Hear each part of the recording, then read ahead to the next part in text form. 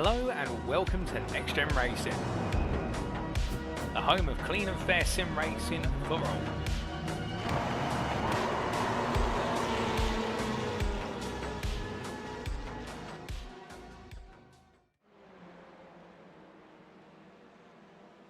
Hello, good evening and welcome ladies and gentlemen to another round of rapid fire racing action in the NextGen Racing Touring Car Championship Season 9 as brought to you on the premier sim racing platform available only on PC known as iRacing and proudly sponsored and powered by Doble Motorcycles. We head into round number 7 and with it a trip to Scotland. Indeed, many of our drivers covering the best part of 400 plus miles to make the way all the way up north to County Fife and with it a visit to the circuit of Knockhill Racing Circuit.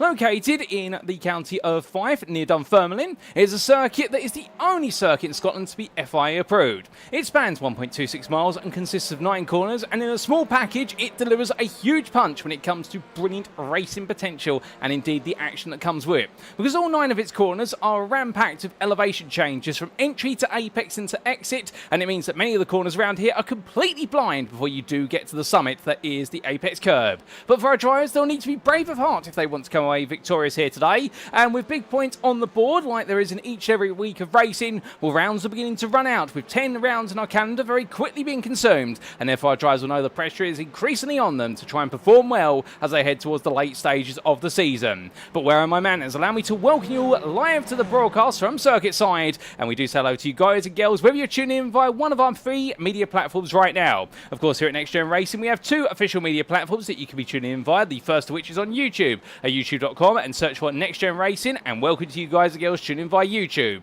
Alternatively, you may choose to tune in via Facebook, and that's at facebook.com/groups/NextGen Racing, and welcome to you guys and girls tuning in via the official NextGen Racing Facebook group. And lastly, we have the unofficial broadcast available on Twitch at twitch.tv/TX1, and welcome to you guys and girls tuning in via Twitch. But regardless of what media platform you're tuning in on, and indeed from wherever you are in the world, you're going to have the same commentary and the same production provided to you.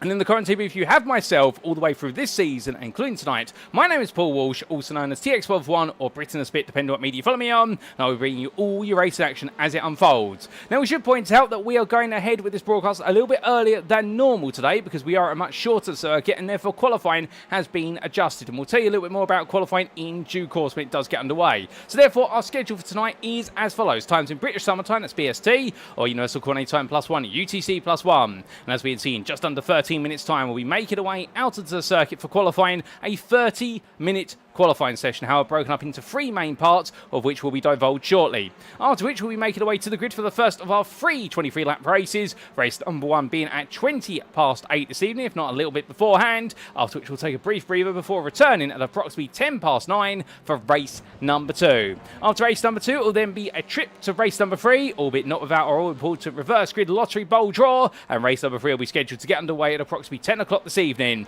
Indeed, we've got some fantastic racing on the schedule and a very hot circuit as well. 30 degrees centigrade is the track temperature, 20 degrees centigrade is the ambient temperature. It is warm in the United Kingdom right now. We definitely are in the peak of the summer, indeed experiencing a heat wave at the moment, and I believe Scotland on the verge of a heat wave as well. And well, it's only perfectly timed then that we should go to the blazing hot tarmac, and with plenty more racing for our touring car racing machines. But heading into this round then, where is the story and where does everything stand? Well, it is Tuesday the 12th of August, and we have made our way into the second half of the season. Last time out, on the 29th of July, we resumed the racing. Unfortunately, not at Croft, because we are mirroring the official British Touring Car Championship calendar for this season, and indeed all the racing occurring a week ahead of the official real-life races. But we are at Knockhill today. But last time out, Silverstone International from 2008 replaced Croft, with Croft not being available on the platform, and therefore we decided to go with a circuit that's quite similar to it, albeit a little bit more elevation change, but the full flat-out nature of the circuit was not to be compromised, and there we got Silverstone 3 incredible races in some very tricky conditions,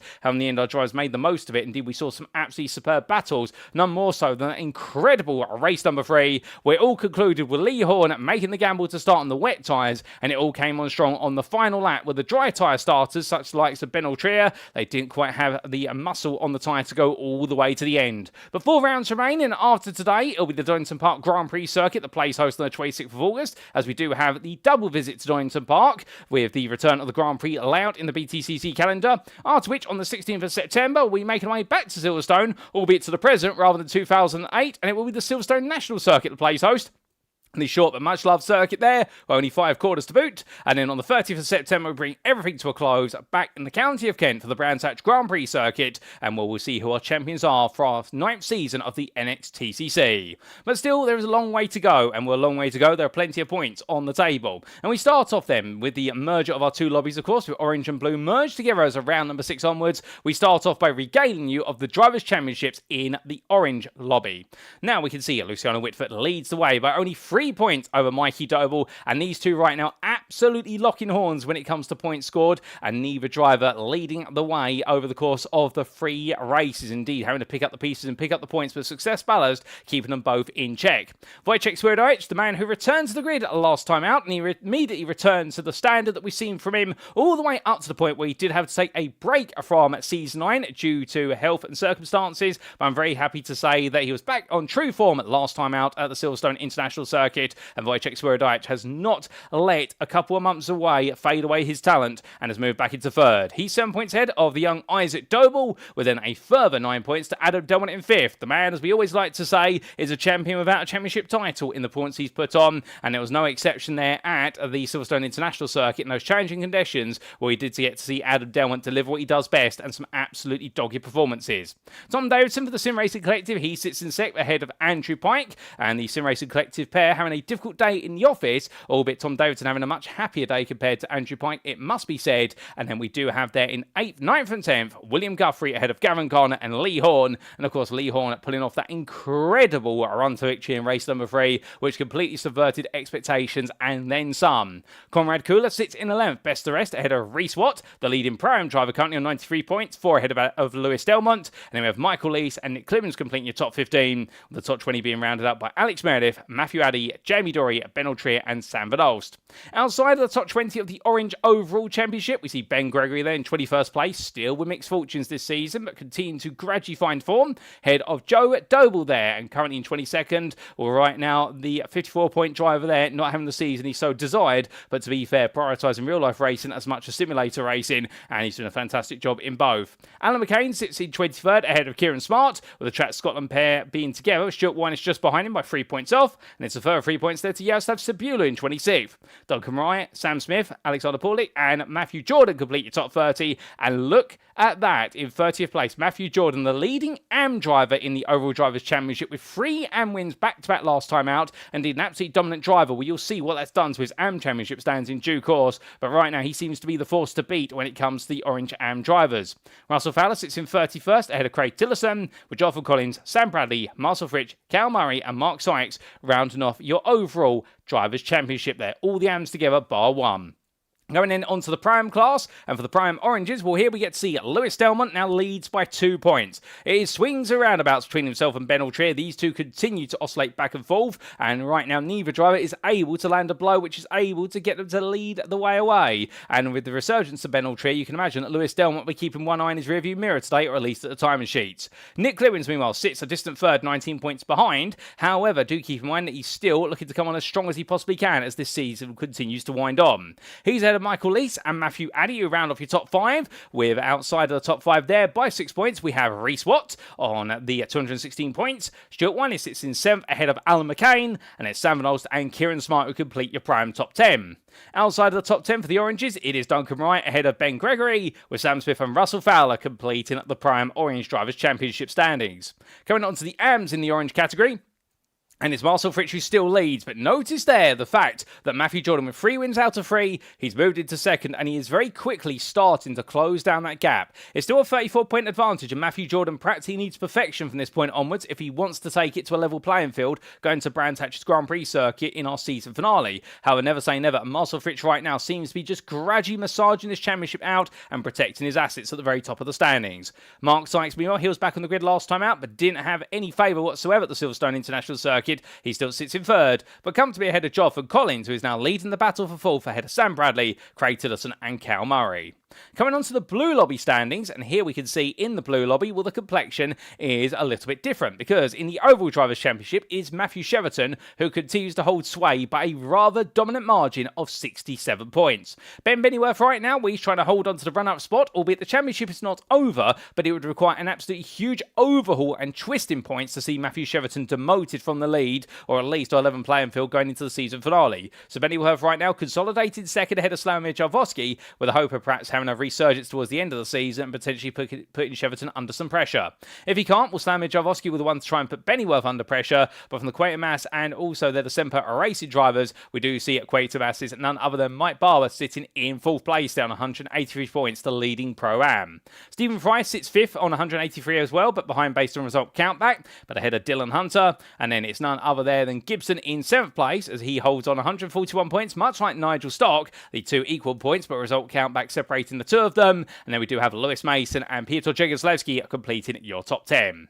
In 11th, it's Stuart Donaldson, who sits there in a rather happy 11th place right now, the leading AM driver, head of Phil McDougall, and then we do have Thomas Delaney, Andy Aldhouse, and Mark Hughes who complete your top 15. Carl Thompson sits in 16th ahead of Mark Kent, with Sean Dobe and Marcello Reles and Andy Chell completing your top 20. Outside the top 20 for the Blue Drivers' Championship, we see William Kurtler and then none other than Matthew Williams. They complete 21st and 22nd, a point apart. It's a further 8 points there to none other than Johnson, that being Steve Johnson, and then we do have Gabriel Yilmaz and Roy Plummer completing the top 25. Dylan Hoffman stays in 26th at the moment, but ahead of none other than Jeffrey Nordstrom, with Wayne Douglas, Andy Cow, and Dan Mole completing your top 30. And then outside the top 30, it's Jake Pitt and Jeremy Nordstrom. They complete your overall Drivers' Championship for the Blue Lobby. As for the Blue Priams, well, it's Mike Barber versus Dylan Hunter, and Dylan Hunter last time out got the upper hand on his Quatermass Motorsport rival, but right now the DH Racing driver will know that he needs to do everything he can in order to keep closing that gap down, because 7 points, it doesn't sound like a lot, but it could be the key difference come the end of the season. In third, we have none other than Gibson there. Holding on right now is Joe Gibson on 257 points. He's a bit of a no man's land. He's not close enough to the top two to challenge him, but he's far enough away from the rest of the field. He'll be hoping he can perhaps make a dent in the top two by the end of the season. Carl Thompson in fourth on 203 points. He's currently the best part of 14 ahead of Andy Aldhouse, and right now the fight for fourth is one of the bigger stories here, with Phil McDougall only a further 16 points behind, and then you got a further 15 to find none other than Stanley Donaldson. And then we have behind them Matthew Williams in 8th place ahead of Dwayne Hoffman, and then it's Jerry Nordstrom who completes your top 10, with Jeffrey Nordstrom in 11th, and on 0 points it's Andy Cow, Jake Pitt, and none other than Lee Holmes. Coming to the AM Blue Drivers' Championship standings, and Nigel Stock is the man who leads currently. However, he's not too comfortable at the moment, because Lewis Mason gained some ground last time out, and Nigel Stock right now, well, he'll be trying to hold on to that 31-point lead as best as he possibly can. Thomas Delaney sits a further 30 points behind, and right now finds himself in the no man's land, much like our third place driver in the Pro-Am Blue Championship, because Mark Hughes is a further 45 points behind.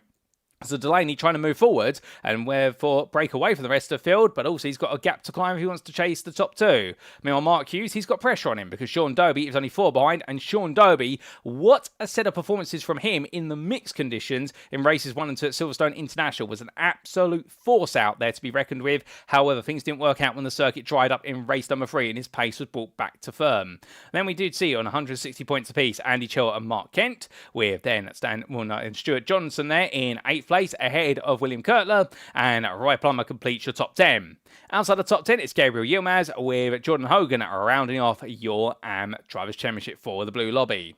But coming from our standings then, here we are today at the International Layout of the Knockhill Racing Circuit, located near the city of Dunfermline in the county of Fife in Scotland, in the United Kingdom, of course. Well, big thank you to iRacing.com, not just for the simulator, but also the fantastic track maps that come with it. And indeed, we can see from here the two-dimensional image just shows you how short the circuit is, but it doesn't show you the elevation changes that are packed into its wonderful tarmac, and with it, a 9-corner course, which really does go beyond its rather short length. But we can talk more about the circuit when we do see it out there on pictures, and we get to enjoy it throughout. And we're very quickly heading towards our qualifying session now, as we do take a look to our rules. And this is a fixed setup series with drivers being provided their setups ahead of each and every round and race. Driver classes were finalised as the conclusion of round number 3, so we're not expecting any class changes going into the remainder of the season. And in terms of our grids, well, the sprint grid for race number 1 shall be set based on results of qualifying. That's given with a slightly different qualifying session today. More on that very shortly. The race 2 grid shall be set based on results of race number 1, so wherever our our drivers finish in race 1. That's exactly where they start on the grid for race number 2. And the race 3 grid, meanwhile, shall be a reverse grid based on results of race number 2, albeit we take a reversal position from between 13th and 23rd based on a lottery draw in the commentary booth, where we take our NextGen Racing Lottery Bowl, draw 2 balls out of the bowl, and whether they add up to, that's where we reverse the grid from. Each driver shall have 1 fast pair available in each race, and each race shall conclude after either the allotted lap amount or 30 minutes, whichever expires first. As for race stewarding, well, an independent race director shall be stewarding the races for track limit infringements and the deployment of the safety car. In terms of those track limit infringements, those pesky track limits, you'll be penalised as follows if you're other drivers. First and second warnings, there's no penalty. On the third warning, you've earned yourself a 5-second post-race time penalty. On the fourth warning, we have doubled it to 10 seconds post-race time penalty, and on the fifth warning, it's a drive-through penalty that must be served within 3 laps. Meanwhile, all raced incidents shall be reviewed post-round. As always, we are still using our success ballast, and this is being applied according to each of our respective lobbies classes on an overall and in the Pram and Am classes, and we will see for qualifying and race number 1 that success ballast shall be applied based on the championship standings prior to the round. For races 2 and 3, we'll update it based on the finishing positions of the previous race, and anyone who's new to the grid for a given round, they'll take a newcomer success ballast of 16.6 kilograms, but they won't be taking that today because we've got no newcomers on the grid. And here are all of our success ballast values should you wish to take a photo of them. Indeed, feel free to pause the broadcast right now and you can take a quick screenshot of it, and then you can work out who exactly is running success ballast. But what it does mean in the orange lobby, for example, we do have in the orange lobby in particular a lot of weight going to the machinery of none other than Luciano Witvoet, 56.1 kilograms, and 48.2 kilograms going to Mikey Doble. Meanwhile, in the blue lobby group, it'll be Matthew Cheverton who carries all the weight, with Ben Bennyworth carrying the best part of 8 kilograms less. And indeed, they all fall into order. But enough with regards to rules, regulations, and the story and everything in between. We're all here for the racing, so let's make our way to circuit side, ladies and gentlemen, and a good time as well, because qualifying has just got underway. And, well, with this qualifying session get underway, we do have a 3-part qualifying session. So let's break it down as we do see our Quatermass Motorsport drivers making their way around, including Ben Bennyworth, and just behind him there, I believe that's Mike Barber. Because of the short length of this circuit, the Knockhill Racing Circuit being one of the shortest on the calendar, the only other one that was as short was, the only other one being as short, if not slightly shorter, being the circuit, the Brands Hatch Indy circuit. Well, the idea being here, there's too much of a risk of our drivers to be able to have enough space to deliver a good qualifying lap, and the risk of so many drivers impeding each other, we may as well break things up. So we start off with the even door number drivers making their way out there for their qualifying session. This will roughly split the field 50-50, and I believe right now we are seeing the best part of about 20 drivers out of the circuit here looking to deliver their laps. They will be doing this for what will be 10 minutes, after which they will be called into the pit lane after they finish their last laps. Our race director will essentially be telling our drivers that they need to come on in, and then we'll see the odd number door number drivers making their way out to the circuit, and they will have 10 minutes to deliver their laps, after which they will be called into the pits, and the top 5 drivers from each of the different door number categories, so the top 5 drivers with even door numbers and the top 5 drivers with odd door numbers, they will go out there for a top 10 shootout in the final 10 minutes of the session. And indeed, we're expecting this qualifying session to take the best part of about 35 minutes for the transitions, so it does mean that we are going to have a bit of extended qualifying session, and that's why we wanted to start proceedings the best part of 15 minutes earlier than usual in order to make sure that we could run to our normal schedule, because we do respect the fact here at NextGen Racing that whilst we are a British-based organisation and a series organiser, we do have plenty of drivers competing from abroad, particularly on the European continent and also from the Americas. And it does mean that everyone in different time zones, well, if we were to delay things deeper into the evening for us here in the United Kingdom, those particularly based in time zones are at least an hour, if not 2 hours ahead, they may find themselves going deep into midnight, if not the early hours of the morning. And many of our drivers, of course, people who work by day and race by night on the simulators, therefore we have to be respectful of the fact that everyone is balancing sim racing with their day job and needs a bit of sleep. So that's why we decided to run things a bit earlier today, as we do say hello there to SW61 in the YouTube chat, and that being none other than Stuart Winess for Track Scotland, and I believe currently right now very peacefully parked up in the pit lane, waiting to go out there when we do get the odd door numbers. But right now all of our even number drivers making their way out there and, well, just gradually heading up towards their best possible times.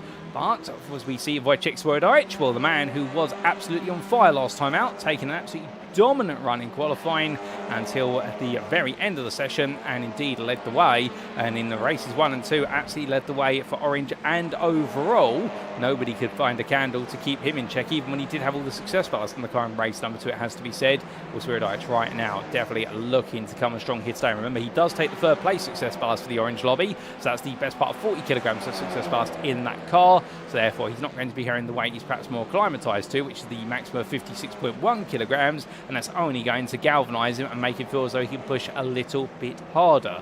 But we're on his way on around out the final corner. We do see a little bit further behind there Dylan Hunter, and between the two of them, Matthew Cheverton, the Blue Lobby Overall Drivers' Championship leader, makes his way across the timeline, and as he does so will Matthew Cheverton right now, moving on through, does not improve that time around, and I think he'll be hoping there's a little bit more to be delivered before all is said and done. Now, for the uninitiated, how can you tell who's in the Orange lobby versus who's in the Blue lobby? Well, if you look to your time and tell, what you'll find with regards to our Orange lobby drivers, the pros, they will have a light green colour, the pro-ams, they will take a pink colour with regards to their driver stripe, and our AMs will take a light blue colour.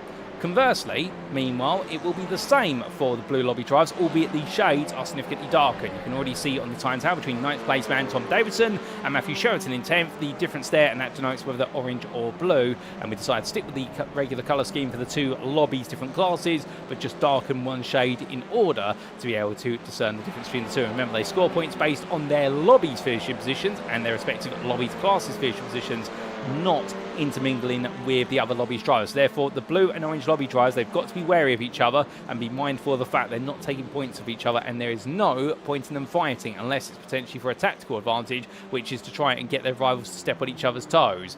But everyone continues to make their way out here at the moment, and as they do, well, we do have, I believe, an opportunity to catch up with some of our drivers who might be down in the pit lane and getting a word with them. And in fact, I think we are going to try and get a word very shortly with Mikey Doble, as he's patiently right now sat out the car, and he will be going back out here onto the circuit in about 4 minutes time. We'll be getting ready to jump into the car in about 4 minutes. So can we get a word with Mikey whilst he's waiting to go out there? The answer is yes, we can. And give us a brief moment, ladies and gentlemen, and we are going to catch a word with none other than Mikey Doble. So as he waits patiently to go out there for his qualifying session in the door number 1 car, Mikey, have you got time for a quick word? I certainly do, yes. Well, good evening to you, Mikey. It's good to hear from you once again, and it's been an eventful week, shall we say, on the real-life racing front, but back on the simulator, we couldn't keep you away from it this evening. How are you feeling? Yes, yeah, you're quite right. It has been a bit of a topsy-turvy weekend and week in the real world. But yeah, managed to get a few laps in practice tonight. Didn't manage to have as many laps as I would have usually had, but it was our grandfather's 87th birthday today, so we had to pop round and see him. And yeah, so I think we've got enough laps. I think Isaac ended up quickest in practice, so yeah, we'll be all right.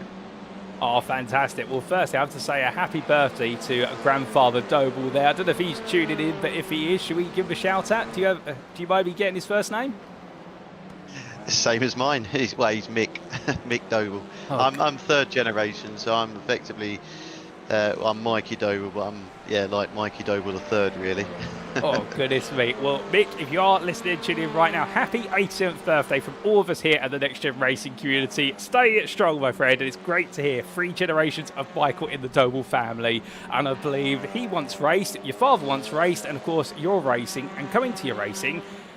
For the uninitiated, PowerMax, of course, BTCC team you race for, taking a victory this year at Cheverton, and we're always going to remember that, because it's been a long time since PowerMax took a victory in the BTCC beforehand. That was in the hands of Jason Plater, if I remember correctly. Have a bit of drama this week, and I say a bit, huge drama. Major Blaze, in the end, completely taken out all of PowerMax warehouse, all the industry around them, etc. But nobody's given up. You haven't given up either, and as I understand it, we're going to see you back on the grid at Knockhill this coming weekend, albeit not in the Vauxhall Ash that we come to know and love, but we're going to see you out there in St Borrowed, say at Leon Cooper's.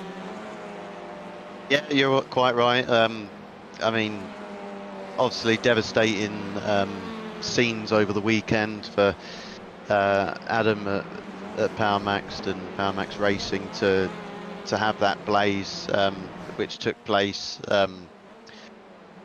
You know, through nothing to do with the business actually, or nothing to do with the team, but anyway, we digressed from that, but unfortunately it resulted in the loss of the full premises that PowerMax and PowerMax Racing operate from. So unfortunately within the warehouse was the 3 BTCC Vauxhall Astras that they had, a handful of TCR cars, and some some original Super 2000 and BTC spec 888 Racing Vauxhall, factory Vauxhalls from the day. So, and along with all of the team's equipment and tools and everything is all gone as well. So yeah, absolute devastation for them. But I mean, in fairness to the team and Adam, when it all took place, their biggest priority was how can we continue racing for the rest of the year, and most importantly get us out this weekend so we can continue to fight for the Independence Championship, which we took the lead of back at Croft a couple of weeks ago. So yeah, it's, I'm sure emotions are running pretty high in the camp, but to what I understand, they're up in Scotland at the moment preparing our 2 race cars to see us out on the track in FP1 on Saturday morning.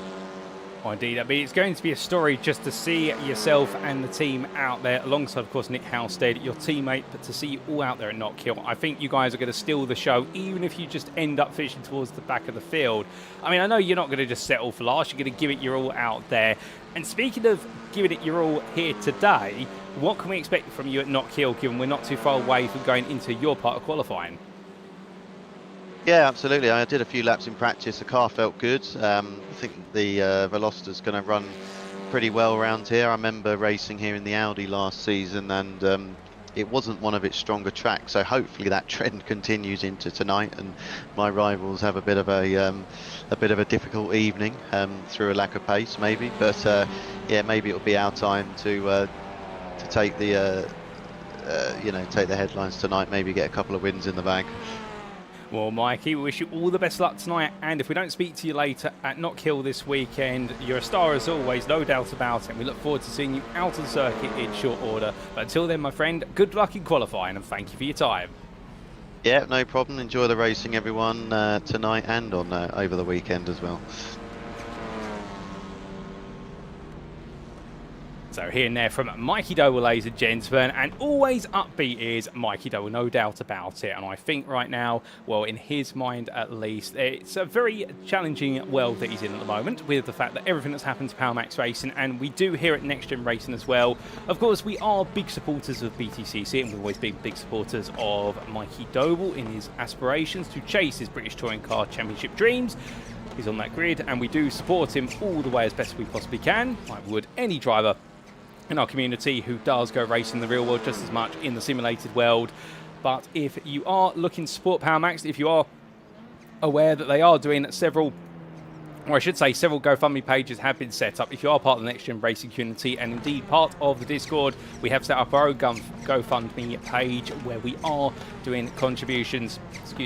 We are doing contributions. Anything you can donate, whether it be even 50 pence all the way to £50 or anywhere in between. We don't expect anything, but if you do want to make a donation, do get in touch with the organisers in the NextGen Racing community, and indeed we can put forward your donation to support the PowerMax Racing team as they try to pick up the pieces and indeed go racing and continue chasing down their dreams. And indeed PowerMax Racing really pushing above expectations year in and year out, and Adam Weaver at the very top of the team, the leader. And indeed right now for Adam Weaver and all the team, we wish them the best luck at Knockhill this weekend.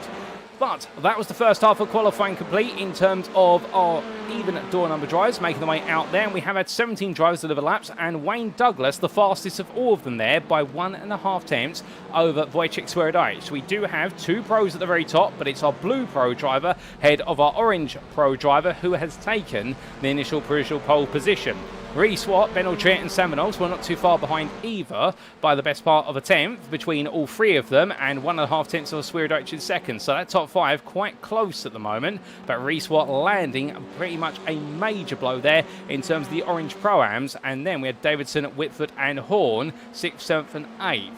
Phil McDougall in 9th there. Meanwhile, the fastest of the blue Priam drivers ahead of Dylan Hunter and Nigel Stock. They're the fastest of the blue AM drivers. There were no orange AMs out there, and I believe, in fact, we may only have 2 orange AMs here today, Marcel Fritsch being one of them, and Jodford Collins. Well, there's Marcel Fritsch on screen, the other one being Jodford Collins just up the road from him, but otherwise we are depleted when it comes to orange AM drivers today, which is a bit of a surprise, and well, I get the feeling that might be the fact that not all of them have been able to make the journey here to Knockhill.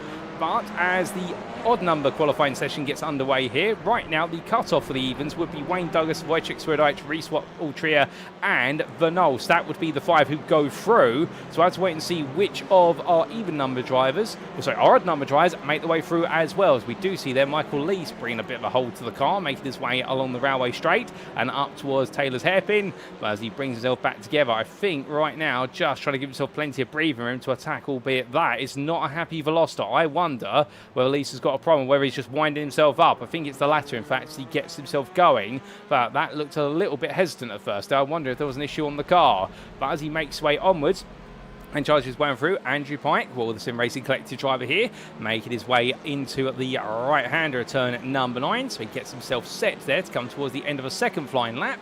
And well, what's it going to be this time around? He's in the distant tow of Jamie Dory, and I can tell you that Jamie not enjoying that Hyundai Elantra whatsoever. It's a car that he's definitely struggling with. He's normally very good at driving these TCR machines. We've seen him use all 3 of the others so far over his extensive history of racing the NXTCC. Over 8 seasons, a 2-time champion is Jamie Dory, and well, he's enjoyed his most success in the Honda Civic Type R. He's also enjoyed the Audi, the Hyundai Veloster a little bit less so, but he has had fun in it. However, he's finding this Elantra is a car which he's having to drive very differently. He's normally all about driving on the rear end of these cars, puts the brake bias very far back and loves dancing the car into the corners, but this Elantra, he's finding he's having to drive it on the nose, and it's not a very happy car because it doesn't go with his driving style. So therefore, that's why we've had Jamie Dory really struggling with Elantra so far this season, because of the fact it just goes against his driving discipline, and he's coming to terms with it. But something tells me that coming to terms with a car that goes completely against your driving style, that is not necessarily the way you want things to be. But we will see what he's going to be able to do as time goes on. But as he makes his way on through and across that timeline, we'll show why this goes even faster now, as does Alex Meredith. The lap times are coming down very quickly between all of our even and odd numbered drivers. The odd drivers are out there, of course, right now, trying to deliver some absolutely special laps. But from them, as they continue the way on through, are there any surprises out there? And the answer at the moment, at least, is, in terms of those surprises, or perhaps a notable one, is in the fact that Conrad Kula yet to get a bad lap on the board in the Semper Racing Elantra. Gets towards the timeline this time. What's he going to do? That puts him 17th for 52.395, but definitely struggling soon in qualifying. And for Conrad, I think it's a bit of a development journey in that Elantra. It just does not seem to want to click with him here and the Knockhill circuit. In terms of the theme we do normally see between our different cars here in the NXTCC, we have seen in previous seasons that the Audis seem to be the cars that really are up against it because of their very tight gear ratios, a very aggressive gearbox. It's not impossible. Swierdajc, who is second provisionally currently, has demonstrated it's not impossible to put himself right up in the mix, and Rhys-Watt being the next driver down in 6th at the moment. But the Audis are really against it. You've got to drive absolutely perfectly in the Audi to get the lap time out of it. The Hondas as well, they can be a little bit hypersensitive to the curbs here and the elevation changes at Knockhill, because the suspension travel on the Honda is one whereby it does not like raised curves. But the one thing you've got plenty of here at Knockhill Racing Circuit is raised curves at practically every corner, whether it be on entry or exit. Conversely, the Hyundais really are the stronger cars, and that's why we've seen Wayne Douglas put himself in provisional pole of 51.723 in a Hyundai Veloster. That definitely has been all clicked up and very happy together for Douglas Motorsport, and that's why we're seeing several Elantras making great haste as Stuart Winnes comes across the timeline. Home circuit, of course, for the Scotsman at 51.987 there, improves a little bit on a personal best, moves into the 51s for the first time today, and we're trying to stay ahead of Alex Meredith, because right now, out of our odd-numbered door drivers, it would be Winnes, Meredith, Dory, Doble, as in Mikey Doble, and Kieran Smart, who would make the way through to the final part of this qualifying session. So there's still plenty out there for our drivers to find, but time is of the essence here for everybody as they continue to push onwards, and we'll see whether anybody else is able to pull off some magic. As Thomas Delaney, meanwhile, well, he sits not too far behind Nigel Stock, 52.544. The other thing that's to be considered in this qualifying session is the fact that we don't have static racing conditions here. The weather is changing. However, the weather hasn't shifted too much so far. It does seem as though the weather is staying relatively stationary. And therefore, this is providing an opportunity for a lot of drivers to put in some good laps. And there was a little bit of concern for the drivers in both groups, whether the fact that our odds were going out after our evens, whether the odds would get a better circuit to work with. But at the moment, at least, it seems though this circuit has been nicely rubbered in through practice, given the volume of cars out there. And everyone right now is continuing to put those laps in, and nobody's really gaining an advantage or disadvantage. Speaking of home drivers, this is Sean Doble's home circuit as well. The Scotsman in the ATEC Racing Elantra, the 159 driver, making his way out to the right-hander and up the crest he goes. And as he does so, well, what's he going to be able to do? With Jonathan Collins close behind him here. Well, he's currently 40th overall, 6th in the blue AM class. And as he heads across that timeline, does not improve. Michael Lees, meanwhile, well, Michael Lees, he improves, goes 4th at 51.972. A very good lap there for Michael Lees in the orange Pro-Am Veloster for JWM Motorsport. Time is definitely being found out there, albeit 2.5 tenths off the overall pole time, but from him to Kieran Smart, only half a tenth if that. So it's looking very tight between these drivers right now. And, well, Michael Lees looking to be completely in control of his destiny to move into the final part of qualifying. Samer Jaworski, well, he's currently the second fastest of the Blue Pro drivers. His target to beat is Wayne Douglas, who's all the way at the top of the tower. The difference between the two, 7.5 tenths. Something tells me that Jaworski here may not be able to find the lap time he wants, as that is a very sideways car. That's Peter Jozlewski, who goes for a dance across the apex there of turn number 3. And, well, McIntyre's corner there, catching out none other than Jozlewski very easily, but it's very easy to make a mistake coming all the way down through the Duffers Dip into McIntyre's corner, and it's not uncommon to see a car barrel roll or two, as many of you may remember the infamous Gabriel Tarquini having his absolutely huge moment in the Alfa Romeo 155 back in the days of the Super Touring era. And, well, I won't try and do my best Murray Walker impression, but definitely one of the infamous moments of Murray Walker's commentary career to see Gabriel Tarquini doing what was essentially a 3-point barrel roll down the hill out of Duffers Dip and into McIntyre's. But as the drives roar the way onwards, well, Piotr Jozlewski right now heads towards the timing line, and that was an aborted lap. He's going to try and go for another. As he does so, we're going to get you on board while the drives very shortly. And in fact, we are going to jump on board with none other than Michael Lees as he gears himself up for another flying lap. He tucks into the toe there of the driver in front of him. And I believe that might have been the car of, Adam Delmont just up the road. In fact, Lees has left it a bit too late to get in the toe, so he's going to have to do this without the slipstream. But let's take you around for a flying lap then, as brought to you by Michael Lees in the orange Pro-Am class. So over the rise he goes, and into the braking zone here for turn number 1. Down the gearbox into third gear for Duffers Deep, and jumping his way down through the left-hander 2, and onto the brakes here McIntyre's at turn number 3. Making his way out to the right-hander here, having to be quite sensitive to the throttle. Second gear, now to third for a brief moment for the King of 4, and into the chicane to turns 5 and 6. Absolutely blind over the apex there, but he straight lines them perfectly.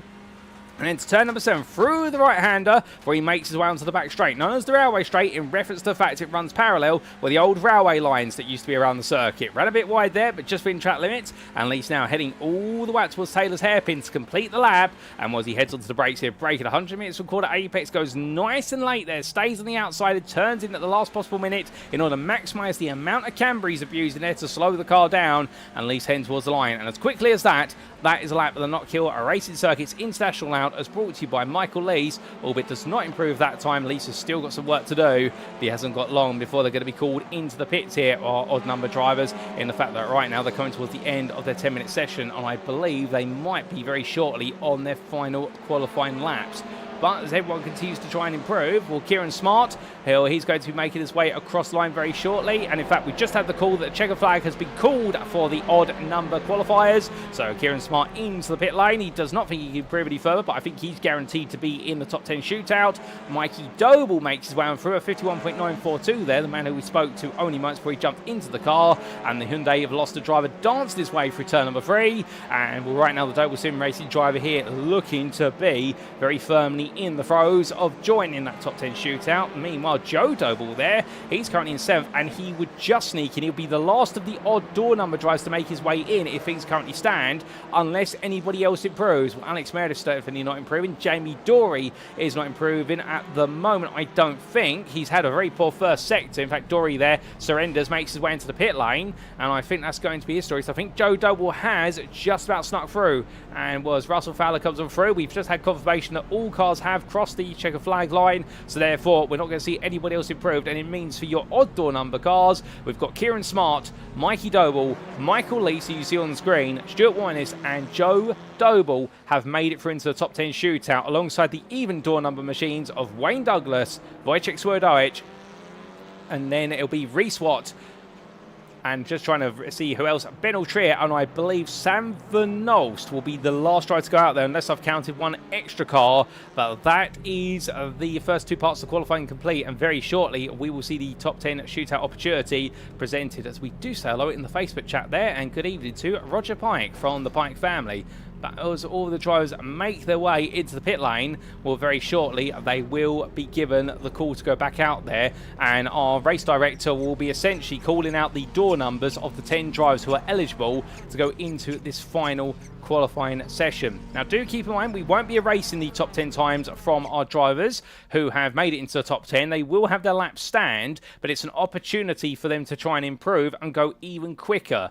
Now, that does mean some drivers here, particularly those who qualified with the even door numbers, they will have a great opportunity to put themselves into the top 10 if they weren't there already. That's the top 10 overall. Meanwhile, those on the odd numbers who seem to find a bit more pace, they may find themselves having an opportunity to battle for that front row of the grid. But the big question is, can anybody dethrone Wayne Douglas, who on a 51.723, he was one of the first drivers out there. He absolutely delivered an incredible lap to put him all the way up there. Well, Wayne Douglas seems to be in control of this, as he just sits there waiting patiently to go back out. Wojciech Swierdowicz is there currently in third, albeit he's part to the end of the pit lane. He knows he's going back out there. And I think right now, if he was told that he wasn't going back out there, he'd be up to the race director's office saying, why not? That is how Wojciech is. Indeed, he's one of our older drivers on the grid as well, albeit I won't reveal his age, but I'll definitely tell you that he is no youngster when it comes to our grid here. He is in one of the older gentleman's machines. However, the number 80 driver here is not letting age slow himself down at all. He is a very quick driver, and a little statistic about Wojciech Swierdowicz, if you didn't know this, he is the only driver in iRacing's history who has held the championship title for the following official series all at the same time. I believe, correct me if I'm wrong, somebody will definitely be able to check this, but last year in one of our iRacing seasons he held the title for IMPC in the TCR class, which was the combined TCR and GT4 series. He also held the crown for TCR Fix, so that is the Touring Car Racing series on fixed setups, and also I believe the TCR Open setup series if one existed, although I may be incorrect on the third series. But I know he's the only driver to simultaneously in a single iRacing season to have the top split official title for all series where TCR cars were eligible as an iRacing official series. That is how much he's dedicated to the craft of the TCR machines, and indeed he is a two-time champion in the NXTCC, having taken the championship crowns in both seasons 5 and 6, if my memory serves me correctly. Mikey Doble taking 7 and 8, and also taking none other than 2 and 4. Jamie Dory taking seasons 1 and 3. But as I do see Paddy Falconer saying, this is a very true fact with regards to Wojciech Swierdowicz achievements, and we do say hello there to Paddy, and I hope you're doing well, Paddy, in the Twitch chat.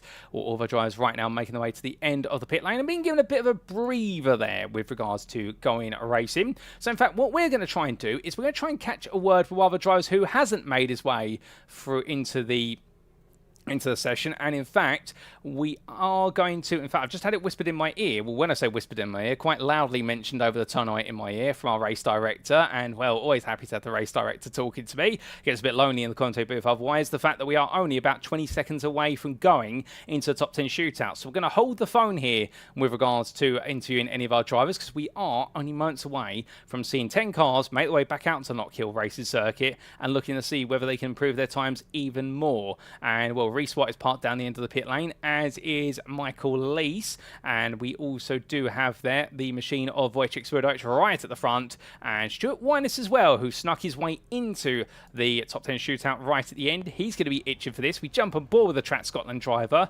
and whilst Kieran Smart may not have been able to make it all the way to the very top, neither did Stuart Winus, they'll now have the opportunity to do so. The Track Scotland drivers, they were never going to miss an opportunity to do well at their home circuit, and I can tell you that Scottish Pride is definitely the one thing on the table here, and a lovely team with it.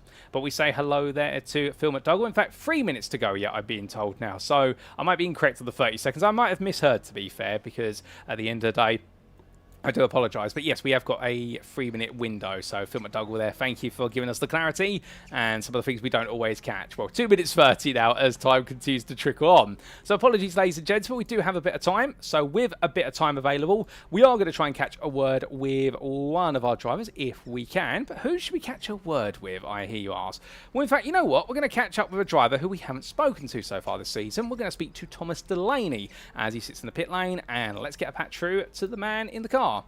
Tom, have you got a quick second for a chat? Hello, yeah, I do. Well, good evening to you, and well, what a qualifying session from yourself. Second place in the Blue AM class, 25th on the overall grid. How did it feel out there for you? Yep. To be honest, it was alright, just trying to get used to it. It's always a tricky circuit here at Knockhill. I think mainly if you get to the end of the race without putting it off the road, you'll be in an alright position come the end. Well, definitely astute thoughts there for yourself regards to circuit. I think everyone would agree there.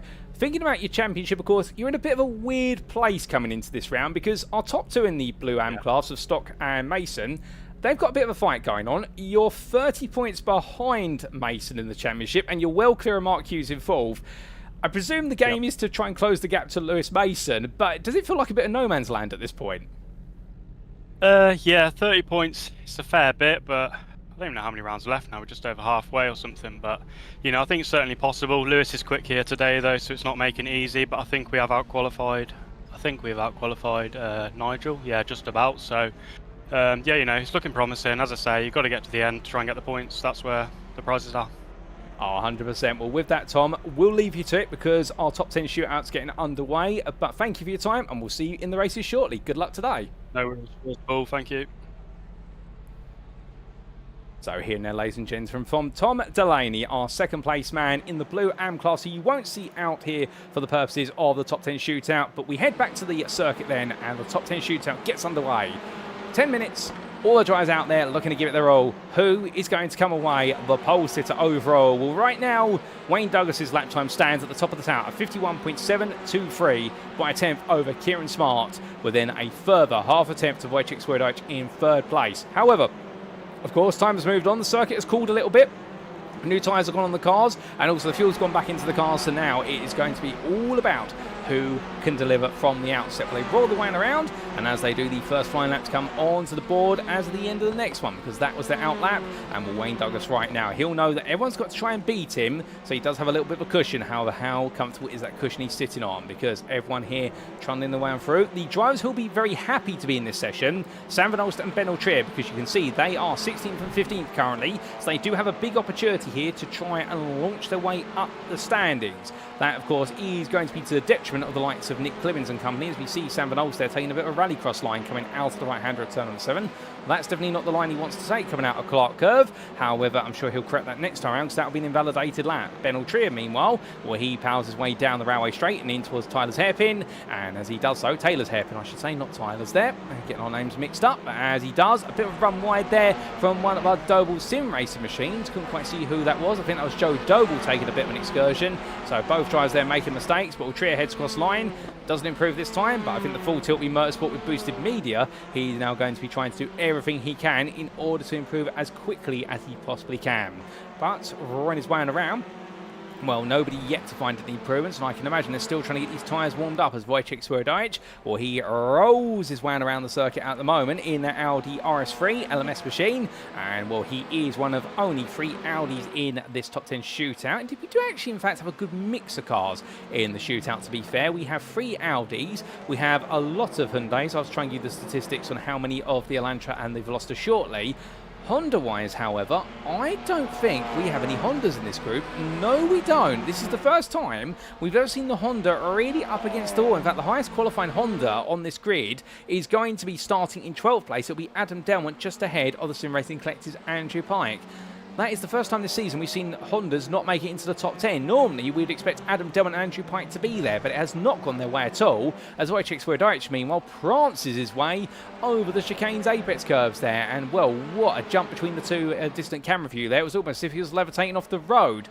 But as he makes his way back to the firmness of the tarmac, well, right now, Swierdajc, he knows he hasn't got too long in this qualifying session to try and deliver a golden time, but he has set a personal best in the middle sector, and that would have been the run from essentially coming out of turn number 3 and all the way through the chicane. So that was very quick of him. And well, right now, can he end this lap on a high, Swierdowicz?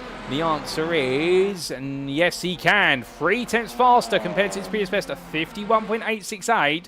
I think Swierdowicz here might be onto something. If he nails the next couple of laps, he might be able to steal some time away. But Joe Doble, meanwhile, crossed the timeline behind brother Mikey, and as he does so, went purple in the first sector, but did not improve in sectors 2 and 3, and in fact had a bit of difficulties in the last 2. So therefore, it does mean that for Joe Doble, it's not quite gone the way he's wanted to, but he knows he's got potential there. Somebody's taken a very long trip at Butcher's Corner in reference to Rory Butcher, and well, making their way out of the chicane right now. Joseph Doble there, definitely, I think, just wary of the gravel that's been put back on the circuit, and in fact, this lap a little bit slower than the previous one, so things are not clicking together for him.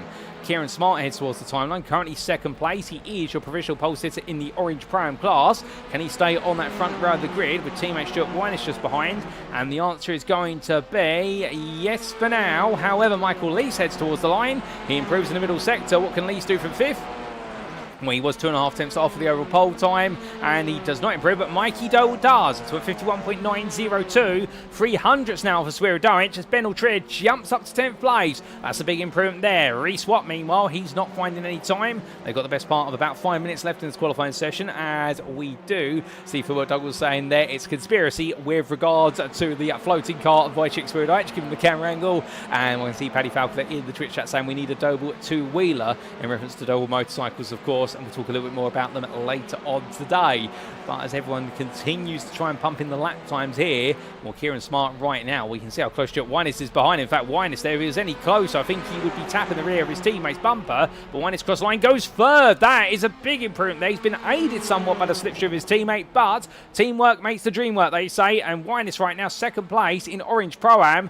Well, that is a big lap there, and that's going to put him on the second row, I think. Not everyone's finding lap time out there. Kieran Smart now is trying to go even faster. He set a personal best in the first sector immediately. Smart's got time, but he loses it there coming out of the chicane. Carries too much speed, and Wynish has to carry on. But he's improved in the middle sector as our 61 driver of Stuart Wynish. So right now, either one of the Track Scotland drivers could be on that front row of the grid, but it is going to be Kieran Smart who's going to be on the front row if Stuart Wynish is not able to improve. Conversely, Sam Van Olst right now, oh goodness me, it's all going wrong for the driver from the driver from the outfit for Goldwyn Motorsports, and indeed right now the Belgian driver, it's all gone south there. I almost said he's from South Africa, but that's in reference to his teammate Duncan Marai, who I believe has not been able to make the journey here today. But as he heads up towards turn number 9, Sam Van Olst right now, he had a decent qualifying session, but this top 10 shootout is not benefiting him whatsoever, as Wayne Douglas has not found time to improve, and I think it is going to come down to very fine margins as Van Olst right now trying to pick things back up. Joe Doble improves to 6th place, just behind brother Mikey there from the slipstream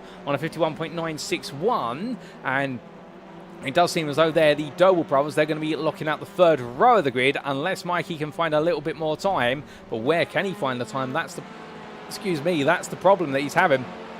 I don't think he's finding the time at the moment, but to be fair, only 300ths off of Swierdowicz, and it's not going to matter as much in qualifying as it is across our 3 races. That's where the big points are going to be scored. Well, from these drivers then, we're heading towards the final couple laps as Kieran Smart heads to one more. Let's jump aboard and take you around for a flying lap. So Smart here will be full attack this time as he heads into Duffer's Dip. Through turn 1 he goes, drops 1 gear, stays in full, stays in a higher gear to get the traction down the hill, and over to the left hand side he pulls the car very quickly before making his way through turn number 3. Out to the right hander he goes, and now through Butchers and in towards the chicane, and over the summit he roars, bounces his way over the curves there, just keeps it within track limits or thereabouts, in towards the right hander of turn number 7 he comes, and as he does so here, will Smart absolutely pushing himself in this Elantra to the max. He knows he wants to try and get closer to Wayne Douglas. He wants to try and steal away overall pole position here, but right now driving on the absolute limit, well, that's where the mistakes are going to come in. In towards turn number 9 he goes, and as he makes his way for the right hander, well, Smart right now, I don't think this has been a lap where he's improved, and no he's not, so he's going to head towards the timeline, and it's not going to be an improvement there for Kieran Smart. He will stay in 2nd place. Further down the order, Wojciech Swierdowicz heads towards the line. He's got the distant tire, Wayne Douglas. He's gone purple in Sector 1. He's gone faster in Sector 3. Sector 2, he didn't improve, a 51.845. It puts him a 1,000th off a third there. Swierdowicz cannot break up the track. Scotland Prime pair from Prime Orange, and right now, Sweridich, I think, is throwing everything at this as Sam Van Ols comes across the timeline, and well, does not improve at the moment as he'll have one more shot to do so. A little bit of trivia, by the way, you may have noticed that the lap time registration point for qualifying is in a very different spot compared to the start-finish line. Races here at Knockhill start half the way up the start-finish straight. They essentially start on where the front row of the grid will flatten out on the straight, because remember, going out the final corner, it is a major incline up towards the pit lane. However, the start of the race, or the starting line, is on the flat ground midway up the start-finish straight. The timing line to complete a lap of the race, meanwhile, is a third of the way up the start-finish straight. It's before the finish. It's before the start line. The finish line is the best part of about 100 metres. Well, not 100 metres. I think it's shorter than that. It's about 75 metres before the start line, which is a very rare instance where this happens. Not many circuits around the world have this, but Knockhill definitely does, where the finish line is before the start line in reality. So it does mean they don't quite do a full set of laps. We essentially get 22.9 laps of racing rather than 23 laps. But hey, 0.1 a lap, we're not going to complain about that. As all drivers come towards the end, Wayne Douglas here making his way around. And well, he's the fastest driver out there by a tenth and a bit with some change. And Wayne Douglas right now, personal best in Sector 1. And well, we'll have to see what happens here as he comes through the final corner and whether he's able to find anything magical, but I don't think he's going to be able to. And I think for Wayne Douglas, this might be another lap where he's throwing everything at it, but he's not going to find any extra time unless there's a miracle Sector 1 of 51.875. So lap time's there or thereabouts, but he's just not got enough in the tank. Well, all the drivers wind their way off, and I think now with everybody coming on down in towards turn 1, they're getting it one last shot here, and I think we are getting the call that this is going to be their final qualifying lap, and Sweridich wrapping his way between the apexes all the way on through, as we do get the call to say that the checker flag has been called, so therefore the 10 minutes of this session is at an end, and the next drivers will come across the line, so that'll be Kieran Smart will be the first to see the end of the session. But Mikey Doble there absolutely attacking the circuit right now, a bit further up the order. Wayne Douglas is still on a charge. There are some improvements coming potentially here, and well, for Mikey Doble and Wayne Douglas, both improving in the middle sector, interestingly. Can Mikey Doble find some time in that final sector? Can he put himself on the second row of the grid? Can he get ahead of Sweridich? The answer is going to be no, he can't. He does not feel there's enough in the tank. Wayne Douglas crossed the line. No further improvement there. And that is going to be qualifying complete, ladies and gentlemen. Nobody else has improved, although I say that. And then Michael Lee suddenly pumps in a brilliant lap right at the end and just moves on to the third row of the grid of 51.941. And that just puts him in the best part of 11 thousandths ahead of Joe Doble. So he splits the Doble Sim Racing pair on the third row of the grid, does Michael Lee's, and that puts him third in the orange prime class. Well done to him, and well, a good point to be noted there in the fact out of our top 10 shootout, 9 of the drivers from the orange lobby, 1 however from the blue lobby, and Wayne Douglas representing the blue lobby proudly there and taking home what will be the pole position for our first race of the day. So well done to Wayne Douglas there, and an incredible end to this qualifying session. And that, ladies and gentlemen, is 30 minutes of qualifying complete, and our grid is now set for race number 1, which is not too far away from going to green flag racing. And well done to Wayne Douglas. Indeed, he'll be your pole sitter overall, and in blue in particular, both pro and also overall in their lobby class. And Kieran Smart will line up as the orange pole sitter, both in orange overall and in the prime orange class as well, with Stuart Wannis and Wojciech Sweridich right behind. But into the pit lane they come, and as they do, the circuit will briefly fall silent before we do go green flag racing for the first time today. So we're going to use this as an opportunity to take a quick sip of water before the racing action goes to maximum.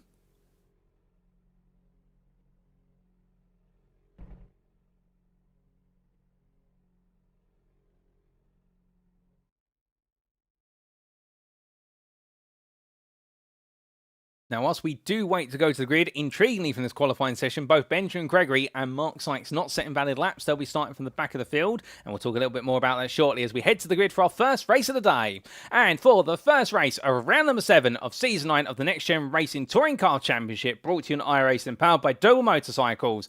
And this is how your drivers line up. Wayne Douglas, after the extended qualifying session, takes pole position overall and for blue lobby there for NextGen Black. He is joined on the front row of the grid by none other than Kieran Smart for Track Scotland, who is your orange lobby pole sitter, and we're orange prime pole sitter. Well done to Kieran. That's an incredible performance at his home circuit. Behind, starting third, is his teammate, Stuart Winus for Track Scotland. A 1-2 in the orange lobby there for Track Scotland, and a 1-2 for the Prime pair. That's the first time in NXTCC history where we've seen a team of Prime drivers lock out the 1-2 positions in their respective lobby class, and that is a brilliant job there for them. Witvoet starts in 4th place for Semper Racing. He couldn't quite pip Smart and Winus to the post, but did so very closely at match Winus by a single thousandth. From the Polishman to the Briton, it's Mikey Doble, Doble Sim Race's driver there, chasing down his 5th title in 9 seasons. He starts 5th ahead of Michael Lees for JWM Motorsport. Joe Doble and Alex Meredith make up row number 4 for Doble Sim Racing and WSS Racing respectively, with your top 10 completed by NextGen Pink's Jamie Dory and Ben Altrier for Full Tilt Motorsport with Boosted Motorsport alongside. We then have outside the top 10, Best the Rest 11th, Reswap for JWM Motorsport. He'll be in the company of Isaac Doble, who starts this one in 12th place for Doble Sim Racing. Adam Delmont for NextGen Green, he lines up in 13th place ahead of Andrew Pipe for the Sim Racing Collective Esports. As their little rivalry continues from Legends, it boils over into the touring cars. Nick Lewin starts 15th for iRacing Esports ahead of Sam Vernos for Goldwyn Motorsports, and then you come to Russell Fowler in 17th place of Rhino Esports, who has a better qualifying session today compared to previous rounds. Russell Fowler and Knockhill seem to go well together. Lewis Mason, meanwhile, well, he is your blue AM pole sitter, and he's the next blue lobby driver after Wayne Douglas, your overall pole sitter. Congratulations to Lewis Mason, 2nd of the blue lobby drivers, and starts there on blue and pole position by a comfortable margin in 18th place for Aztec Racing. He seems to love this circuit. Tom Davidson, he begins today 19th for the Sim Racing Collective Esports ahead of Luciano Witvoet for World of Racing at STR Motorsports. The Dutchman there rounds off your top 20. Outside the top 20, in 21st, it's Lee Horn for NextGen Pink. In static conditions in the dry, he doesn't seem to be as quick as he is in the wet, but still, he'll be in the company of Slamir Jarvoski for Semper Racing, who starts 22nd.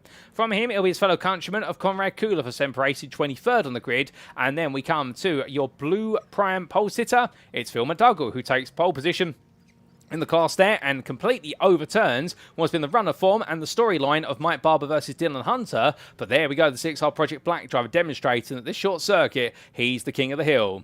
Thomas Delaney starts 25th for NextGen Black, 2nd place in Blue AM, ahead of Dylan Hunter, who is your 2nd place Blue Prime driver for Adapt Sim Racing. He's just ahead of Nigel Stock there, only by 300ths in qualifying, with the Crest Autosport driver starting this one 27th, and Piotr Jagoslewski joins him in that 14th row of the grid for Semper Racing. Your top 30 is completed by Marcel Fritsch of Rhino Esports and Mike Barber, 30th place for Quatermass Motorsport. But again, wherever Hunter goes, Barber's not too far behind. From them, starting 31st, it's Ben Bennyworth for Quatermass Motorsport ahead of Joe Gibson for Goldwyn Motorsports. Then we have Matthew Cheverton for Aztec Racing on the 17th row of the grid in the company of 34th place starter Gavin Gardner for NextGen Pink. Sean Doby, his home circuit, starts 35th for Aztec Racing. Well, in fact, not for Aztec Racing, my eyesight does deceive me. 88 Tech Racing, I should say there, ahead of none other than Andy Aldhouse for GBRC. And then we do have Stanley Donaldson for Quatermass Motorsport and Fraser Rostance for NextGen Black. They line up on your 19th row of the grid. We have top 40 completed by Matthew Addy for WSS Racing and Mark Hughes for GBRC. Outside the top 40, we then have 41st Alan McCain for iRacing Esports ahead of WSS Race's Jar for Collins, with Andy Chell for Quatermass Motorsport 43rd on the grid ahead of Ben Gregory for Full Tilt Motorsport with Boosted Motorsport. And then last but not least, starting 45th on the grid, Mark Sykes from the back of the field for WSS Racing. What magic can he pull off from the very back? Well, ladies and gentlemen, we're not too far away to try and explain and find out, because 23 laps of racing lie around the corner, and Wayne Douglas, your pole sitter, will know it's a short run to turn number 1, but can he pull it off? Well, here we go, ladies and gentlemen. For the first time today, the lights go on. It's 1, it's 2, it's 3, it's 4, it's 5. It's NXTCC Knockhill, and it's lights out, and away we go here for round number 7 of the championship as Wayne Douglas gets a good start. Kieran Smart, meanwhile, well, he's had a slow start as Wojciech goes all the way around the outside here as they roar the way down. Too wide they go further back in the order. Mikey Doble there trying to pick his way ahead of Joe Doble, as it's the younger member of the family who's had the better start. But as all of the drivers here marshal the way down through turns 2 and 3, well, it looks like everyone's safely on through. A couple of drivers running slightly wide, but no major incidents there. Dylan Hunter having a bit of a fight. Phil McDougall's fallen off the road. He's had a spin. He's been in contact as the 6R Project Black driver, but he's the only casualty we had so far. And as soon as I say that, Mark Hughes and Sean Doby come to blows, but Hughes has been able to get it pointed back in the right direction. Sean Doby has gone all the way around, and Reese Watt, meanwhile, is off coming out of turn number 7 to the barrier, as we've also got a car ejected there, slides back across the road. Who's that? I think that is Marcel Fritsch who's been caught out. No, it's not. I couldn't quite see who that was, but there's been drama on the opening lap. But still, everyone makes the one through. We'll have to wait and see if we get a safety car as a result of the chaos. But from one lap to another, onto lap 2, Wayne Douglas leads this race ahead of Wojciech Swierdajczyk, who defends versus Kieran Smart. Smart over the back of him with Stuart Wyness in 4th. Mikey Doble sits 5th, ahead of brother Joe in 6th. Then we have Michael Lees in 7th, ahead of Alex Meredith, followed by Jamie Dorr and Ben Altrier. That's your top 10. Sanford Olsen, meanwhile, sits in 11th place, best of the rest. In your blue AM class, Lewis Mason, well, he's enjoying a bit of an exchange here versus Slamir Javosky. And the two Atlanta drivers, too wide into the chicane. You do not go at the best of times, but they do come out, and that was their Dylan Hunter feeling adventurous, but for his adventure, he's taken an unexpected adventure, which is running wide. They're coming out at turn number 6 into 7. He goes. That ejects him down, but he is your blue prime leader at the moment. What with the difficulties for some of his rivals, particularly Phil McDougall, and McDougall is all the way down in 41st place. So right now, Dylan Hunter, well, I think he's used up one of his 9 lives there if he was a cat, and needs to recognise that man, he doesn't need to fight for places, given the fact that Mike Barber is a couple of places back in the QMS Motorsport Audi RS3. But still we'll wait to see whether that's how it plays out by the end of the race, as they already put a second lap behind them. All the drivers, they continue to push onwards. Tom Davidson under pressure with Conrad Kula and Lee Horn, as Horn taking a peek up the inside. Can't quite find it there as they roar their way in towards turn number 3. And as he does so through the right-hander, Lee Horn right now having to play the patience game here as a bit of gravel's kicked up into the stratosphere. And the NextGen pink driver there backs off, coming through Butchers and into the chicane, knowing that right now in this Honda, he really needs a lot of visibility to be able to nail those apexes because of the suspension travel. It doesn't quite work out. But through the right and in towards the long left-hand curve here at turn number 8 they go, and Lee Horn close, but not quite close enough to think about a move. But we will see what he can do. Further down the order, well, Mark Sykes, he may have started from the very back, but he's up to 40th place already. So he's looking to try and pick up some more places here as he goes. And we'll have to wait and see what he's going to be able to do as he chases after Fraser Rostons next. But he is your 2nd place Orange Am driver now. How the leader of the Orange Am class is Marcel Fritsch, all the way up in 23rd. In a bit of a lonely position right now. However, further back here is Joe Gibson in the Goldwing Motorsport machine, chased after Matthew Addy with 2 prime drivers, but of 2 different lobby groups. And right now the orange driver is ahead of the blue lobby driver, as Gibson wants to break away from Stanley Donaldson, the Quatermass Motorsport driver who wants to get a bit closer and try and make a move. Meanwhile, Mark Hughes enjoying a good run here. He's currently 2nd in the blue AM drivers, only 2nd to Lewis Mason. As we do see there, that is Nick Clibbins limping along. Oh, goodness me, that is not a happy Irish Esports Honda. I wouldn't be surprised if that is going to be towed to the pit lane, because that is crawling. I don't think it's going anywhere, as there's contact here between Mike Barber and I believe that's Reece Watt. They've got each other hooked to each other, and Barber ejected out to the wall, and Mike Barber's not going to be too happy about that, as he was furiously chasing down Dylan Hunter. So that is Mike Barber's race. He's got to get that turned very gradually. Car running wide. That's Mark Hughes. It looks like he's gone deep now. Has he been pushed deep, or has he done that of his own volition? Either way, that now means that he loses 2nd in the blue AM class to Nigel Stock, who is just in front of him now. So Mark Hughes will drop to 3rd in the class, but he's not out of the podium hunt yet as he goes onto a 5th lap of the circuit. All these drivers right now keeping each other honest and trying to put each other under a lot of mental pressure as laps continue to build up. Gavin Gardner, when all this, he's gained 9 places since the start. He started all the way down in 34th place up to 25th, and well, he's just picking up the places as they get dropped by others. Stuart Wyness, we come back to inside your top 10, and right now battling for 5th place, trying to keep Joe Doble at bay as Kieran Smart's been able to break away. But right now for Stuart, I think he's acting as the rear guard member of Track Scotland, as he's got to keep Joe Doble, Michael Lees and Alex Meredith all tucked in behind him. As we look back from the rear of the number 61 car, and the Track Scotland driver here will bounce his way over one curve and into another. But as he roars his way through the right-hander of turn number 3, well, it does look as though Wyness here, as much as he wants to try and break away, things are not going any way upwards. In fact, he's just being reeled back in time and time again. But that will be some success ballast in the car that's holding him back as he heads in towards turn number 7. But Joe Doble under pressure there from Michael Lees as these two drivers continue to push each other to the limit. And Lees right now so close. I think he's considering a move on Joe Doble. Doble immediately goes defensive there, confirming our suspicions. And well, by going defensive all the way on the inside, that's going to cost him a lot of momentum coming through. Taylor's hairpin just behind. Ben Altrier takes a place off of Jamie Dory there, moving up into 9th place overall.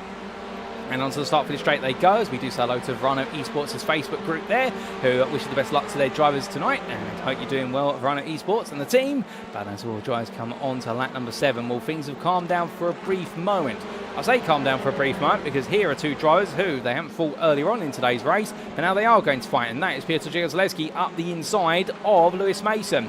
This is the 20th overall. Mason going defensive there, coming through 2 into 3, and Jegozleski, I think, just getting a little bit too close at the wrong time, as that's a big lunge up the inside there for Matthew Cheverton, and will give Gavin Garner the elbowing out onto the gravel, and Gavin Garner loses the place that he's gained. Well, he's got Dylan Hunter right behind him now, and the Adapt Sim Racing driver, he's leading the blue Pram class at this point in time, but he knows he hasn't got much of a buffer before you get to your second place blue Pram driver of Joe Gibson, who's right behind. So these drivers right now, they're pushing each other onwards, but Gibson, he can see a golden opportunity, and not just to be on the podium in the blue Pram class, but to add a win to his bank account, and that will definitely be a big result if he can make it happen, as he takes a sneak dive at the inside of Matthew Addy to try and make Addy go deep there at the hairpin, but in the end just completely fluffs the apex and makes himself understeer wide instead. So Joe Gibson there, I think, trying to push forward, but learning as he goes, like all of our drivers are, and that's why they're pro-ams. They're learning, and one day we'll aim to become pro drivers. But with all of this, we do need to take a look back at some of the incidents earlier on in the race, and in particular, we do need to take a look back at what happened at the start for Phil McDougall in particular. Here's a replay of the race start. Now, this is coming down through Duffers Dip and in towards the right of McIntyre's, and Phil McDougall on the outside there, collected by the 991, and that would have been the car of Lewis Mason that collected Phil McDougall as he made his way through the corner. So drama for him early on. This was on board with Lewis Mason as this happened. You'll see Mason battling side by side there, but he made his way out of the corner. Well, in fact, that was McDougall being turned, we should say. We didn't get Lewis Mason's perspective. I think there McDougall had nowhere to go other than be turned. Subsequently, we had this happen for Sean Doble in the early stages, as Doble made his way past the wayward Phil McDougall. Too wide he went there, contact with Mark Hughes. Hughes in getting the car turned back the other way, and on the ricochet of the two of them, well, Hughes was able to survive it. Sean Doble was not able to survive it, and he'll be a bit gutted about that one. Then we had, there was almost a secondary collision there between McDougall and Doble. This is what happened to Reese Watt in the opening lap. Through turn number 7 he went, and as he did, side by side there, and collected with the Goldwyn Motorsport car, and Reese Watt turned around and a brief tap to the tyre barrier, but was able to continue rather quickly, as we then had this for Nigel Stock only moments later. And this was the Crest Autosport driver making his adventure in towards turn number 7. But how badly did his adventure end? Well, there was a bit of an incident in front, but he was pushed there on the rear by looks things by Thomas Delaney. I don't think meant any malice, but that was the Constantina effect. And in the end, well, Delaney trying to back off there to give Stock the opportunity to take the place back, but in the end tapped on the rear by the QMS Motorsport car. I'm not sure if that was Chell or whether that was one of their other drivers, but there was contact there between them. That we can definitely confirm. We also had this a lap later, and there was a bit of drama on lap number 2 for Alan McCain, who had a nightmare lap number 2, and this is where it all went a bit wrong for Alan McCain. Made his way into the chicane he went, and will bouncing over those curves. Took too much of the second apex curve, the car glided into the gravel, and well, in the end, I think that damaged the suspension of the car as he hit the brake marker there, and I think after that, Alan McCain's car definitely struggling along a little bit, as a lap later, this happened to Alan McCain, and well, what exactly happened to McCain this time around? Well, coming through the curb and taking, oh goodness me, the car snapping loose on him. I think the suspension collapsed after the damage on lap number 2, and for Alan McCain on lap number 3, the suspension of that Honda gave way. But we can't dwell in the past for too much longer. We must come back to the present, because we have lost a couple of laps and been on replays. But still, as we come back to live racing, that is Matthew Cheverton battling his way back ahead of Gavin Gardner. As we do say hello to Tom Delaney in the YouTube chat there, who I believe might have retired from the race after that altercation with Nigel Stock. And we're sorry to hear that, Tom, with the tangle. But still, hopefully we'll see you back out in race number 2 with a car that's back to racing trim. With Matthew Cheverton there making his way past Gardner. We saw Mark Hughes a lap down there, release of the place under blue flag conditions. Well, meanwhile, Andy Aldhouse here on the outside in the GBRC machine, the 138 driver battling with Benjamin Gregory. But Aldhouse at this point prioritising the orange driver, getting away from him and making sure to focus on his blue pram lead, which is the big target. But we are towards the halfway point of this race. We've still got plenty more laps to come before all is said and done. But right now, Andy Aldhouse definitely very close behind the Full Tilt Motorsport with boosted motorsport machine of Benjamin Gregory. And Sam Van Nolst is just making his way out the pit lane. I believe that might be for repair work to the car. And as he does so, he re-emerges in 7th place in Orange Pro-Am, or 26th overall. But as all our drivers roar their way on down and through, well, right now we can see there that Aldhouse still with Reese Watt behind, and then Stanley Donaldson trying to chase down Aldhouse for the win in the blue Pram class, but he's got to find a bit more time out there at the moment, because that time is not coming to him naturally. Konrad Kula, he's exchanging places here with Slamir Chalvoski, releases the place to his separating teammate, and well, that's a change of overall position for 17th. I think Kula's been struggling behind Lee Horn recently. You can see Lee Horn there in the NextGen Racing Pink Honda Civic Type R. Horn is continuing to carry on as best he possibly can. However, I don't think Horn's got enough in this car to be able to run away with proceedings, so I think Lee Horn are right now just trying to consolidate his positions and make sure he stays inside the top 15 wherever possible. As Russell Fowler just in front of him, enjoying a solid run is Fowler, currently holding on to 15th place. And well, as he makes his way on around and through the corners, well, right now for Russell Fowler, definitely a good race here in 5th place in the Orange Pro-Am class if things stay as they are, all the way to checker flag. And that's going to be a good set of points on the board there for Fowler, given the fact that more recent rounds have not gone his way, but right now things definitely seem to be going his way, and the only way is up, as they say. But from him, looking a bit further up the order, coming into the top 10, well, here is Mikey Doble, and he's still got Kieran Smart for close company behind as we look back from the rear of Mikey Doble's number 1 car, the Doble Sim Racing driver, making his way off Apex there at turn number 3. And Kieran Smart at this point, I think, just trying to keep him honest. I don't think he is going to be too worried about the fact that he has got the leading Orange Pro driver right behind him, because Doble's interest will be with the leading Orange Pro driver in front of Wojciech Swierdowicz. Now, Swierdowicz theoretically can win the Season 9 Overall Drivers' Championship in Orange if results go against both Mikey Doble and Luciano Witvoet. However, when we say go against, as in they would need multiple retirements in races for that to happen, i.e. no points scored. So Mikey Doble right now won't be too worried about Swierdowicz being the class leader. He will be perhaps a bit more concerned about where Witvoet is, but Witvoet is all the way down in 11th place overall, or 10th place of all of our orange drivers, so therefore it will be the situation whereby Mikey Doble is on course here to gain a huge haul of points in this first race, and he'll be looking to make that continue into races 2 and 3.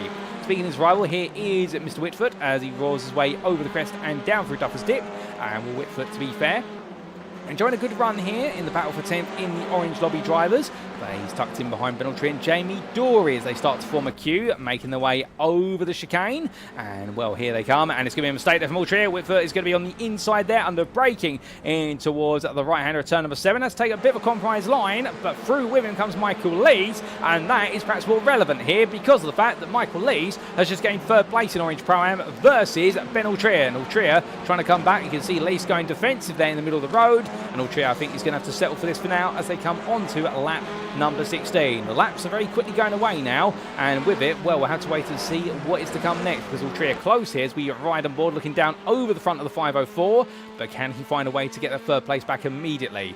He doesn't have pressure from behind because Russell Fowler is the next Orange Pro driver. There's a big slide loose there from Michael Lees, and in the end gets it together, but I can imagine if he hadn't controlled that, that would have been pranged off of the apex to turn number 2, and that 55 Veloster right now, I would imagine those left side tyres, they are going to be piping hot, particularly that front left tyre that's just had to bring the car back under control. But what a brilliant bit of car control there as Ultria gives Lees a bit of a tap on the rear end and says to him, look, don't forget about me, don't think about anything else, think about me. That is what the 504 driver wants to do here, these little love taps on the back. They're entirely legal in the NXTCC because the TCR Racing, it does have permission for a little bit of door-to-door. Car going slow on the inside, that's number 5, but that's going to compromise lines. Ultria hoping that the car of Andy Chell is just going to pull him along, but in the end, well, as much as Chell compromised Lee's entry line, it compromised Ultria's exit line, but Andy Chell, to be fair to him, had nowhere else to go. I don't think Chell meant any malice there, and if anything, he hasn't actually given an advantage or a disadvantage to either driver, so nobody can technically complain as much as they would perhaps like to, given how hard they're locking horns, but Chell doing a great job. Meanwhile, this is a change for Blue Prime 3rd place, Joseph Gibson up the inside of Stanley Donaldson, but Donaldson, how they're going for the cutback here and the battle of the 2 Audis. Donaldson on the left of your picture in the QMS Motorsport machine versus the Golding Motorsport machine on the outside, across that timeline, and in towards turn 1 they go, and Donaldson on the inside here. I think Gibson's going to back off. He's going to go for the cutback again, is Gibson.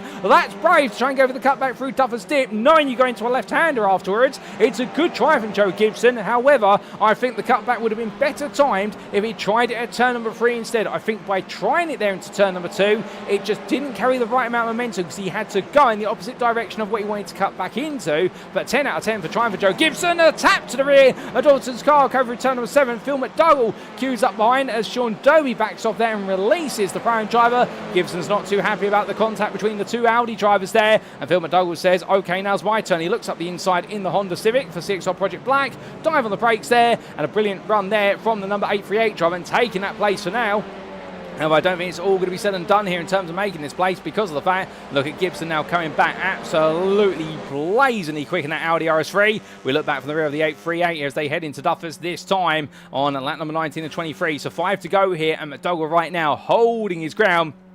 I'd imagine that Joe Gibson is going to regroup and attack again shortly, just for the simple reason he needs to just cool himself down a little bit. That's not critiquing him, but it's understandable. He's lost 2 places now effectively, and at that point the frustration does build. We've all been there in the NXTCC where the frustration builds when you lose places, but you've got to get your head back on square and realise at the end of the day, don't get mad, don't get angry, get even instead. And the way to get even is find a way to craft a good overtake. Back to the front of the field meanwhile, and with Wayne Douglas 2 seconds clear, here's your second place man of Wojciech Swierdowicz, who right now making his way around the back marker of Mike Barber, and will up towards turn number 9 they go, and onto the brakes, and it does seem as though that right now Wojciech Swierdowicz under grind pressure from Mikey Doble as Kieran Smart and Alex Meredith all follow through, and well, Meredith a bit further back in fact, as that is going to be the number 4 QMS Motorsport car that just tucks in behind Smart there, not trying to be an obstruction, but it's just staying in the tow. But as they head on through, we look back to your Blue Am leader, who we can't sing the praise enough at the moment, otherwise we'll give him the commentator's curse, and it's Lewis Mason making his way on around in 18th place in the Claremont Aztec Racing Alundra, and looking very in control at the moment, it would seem. However, we've had some drama off camera, and this has just happened to Luciano Witvoet. And, well, drama has struck by the 2 Orange Lobby drivers contenders, and that is contact. Oh, my goodness, the wheels come off there. What exactly happened to Luciano Witvoet's car? Well, somebody's lost the wheel, and Witvoet, I think, just getting caught up. Can we get a replay? Was that Alan McCain's car off the road? So he made his way into the chicane. This is what happened before him. McCain made his way through. Oh, goodness me, into the tyre barrier. Car comes spinning across the road. And in the end, he can't go anywhere because the suspension's collapsed, the front bumper's collapsed. And well, a small tap there from one of the drivers. And I think whilst he's parked there, everybody's coming through full tilt. And Luciano Witvoet, in the end, he's going to very shortly find himself making the contact. Here he comes. And that explains what happened. And that's where the wheel dropped off the car for Luciano Witvoet. And that explains the drama there. So in the end, Alan McCain, he just had no opportunity to get out the car, and well, a couple of taps, and in the end, Luciano Witvoet having a dramatic end to his race, and that is going to be absolutely frustrating for the Orange Overall Championship leader coming into today, because that means Mikey Doble will now be your Orange Overall Drivers Championship leader after the first race here at Knockhill. But still more to come here. Back to your live screens, 2.5 laps remaining. And well, as these laps remain, Wayne Douglas, well, right now he's picking his way through the traffic as he's got the number 37 behind him, and that being the number 37, he's just put a lap on of none other than Adam Delmont. So Adam Delmont right now, I think I'll be looking at this and thinking, what's happened in this race? Because I should be fighting this man, not behind him by a lap. Well, we're on the way down and over the crest. We'll find out a bit later as to Adam Delmont's thoughts on that one. But Wayne Douglas right now in control of this to the very end.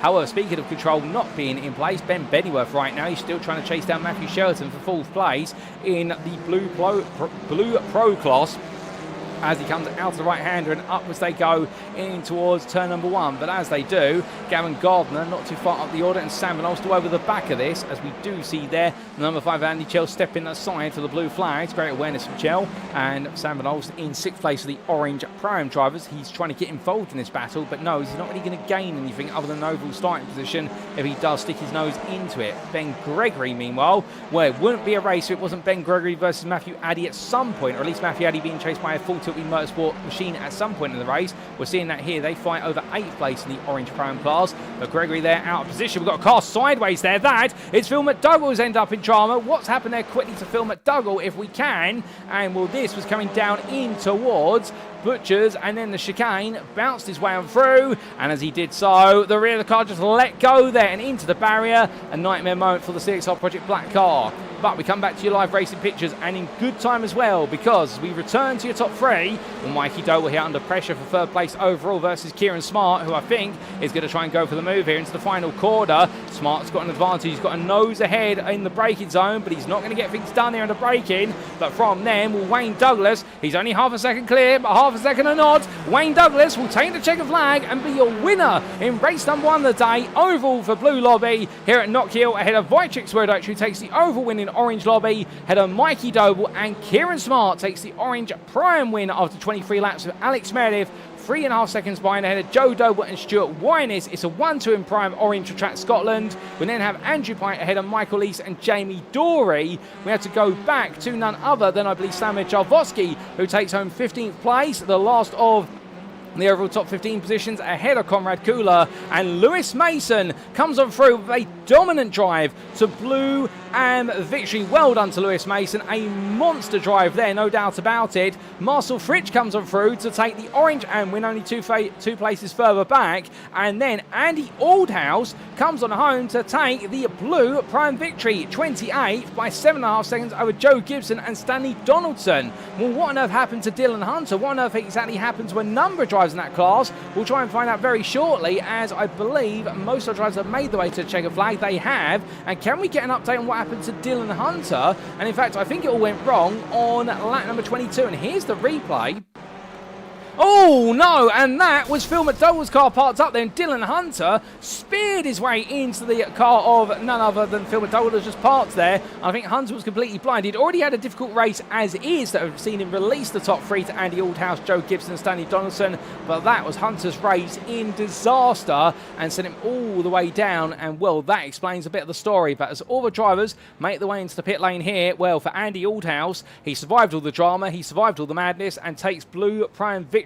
Well done to him, and well, he'll be very happy with that one, because Joe Gibson and Stanley Donaldson kept him honest, no doubt, all the way over the race distance as they all trip into the pit lane. But as they do, the circuit falls silent, and with it, let's take a look at those race results subject to any stewards' inquiries. So after a very active and action-packed 23 laps of racing in race number 1 of round 7 of the NXTCC Season 9, as brought to you on iRacing and powered by Doble Motorcycles, Wayne Douglas, your winner overall, not just for Blue Lobby, but for all of our drivers there for NextGen Black. What a drive from Wayne Douglas, under late pressure from Wojciech Swierdijk on the final couple of laps, but the Hyundai Veloster driver did not wilt under the pressure. He was then followed by your orange overall winner, second place on the road, Wojciech Swierdijk for Semper Racing, who was 2 seconds clear of Mikey Doble for Doble Sim Racing, who in the end had to hold off the charge from the orange prime winner, Kieran Smart, with an absolutely brilliant drive to 4th place. The Track Scotland driver here really does seem to be on the right course.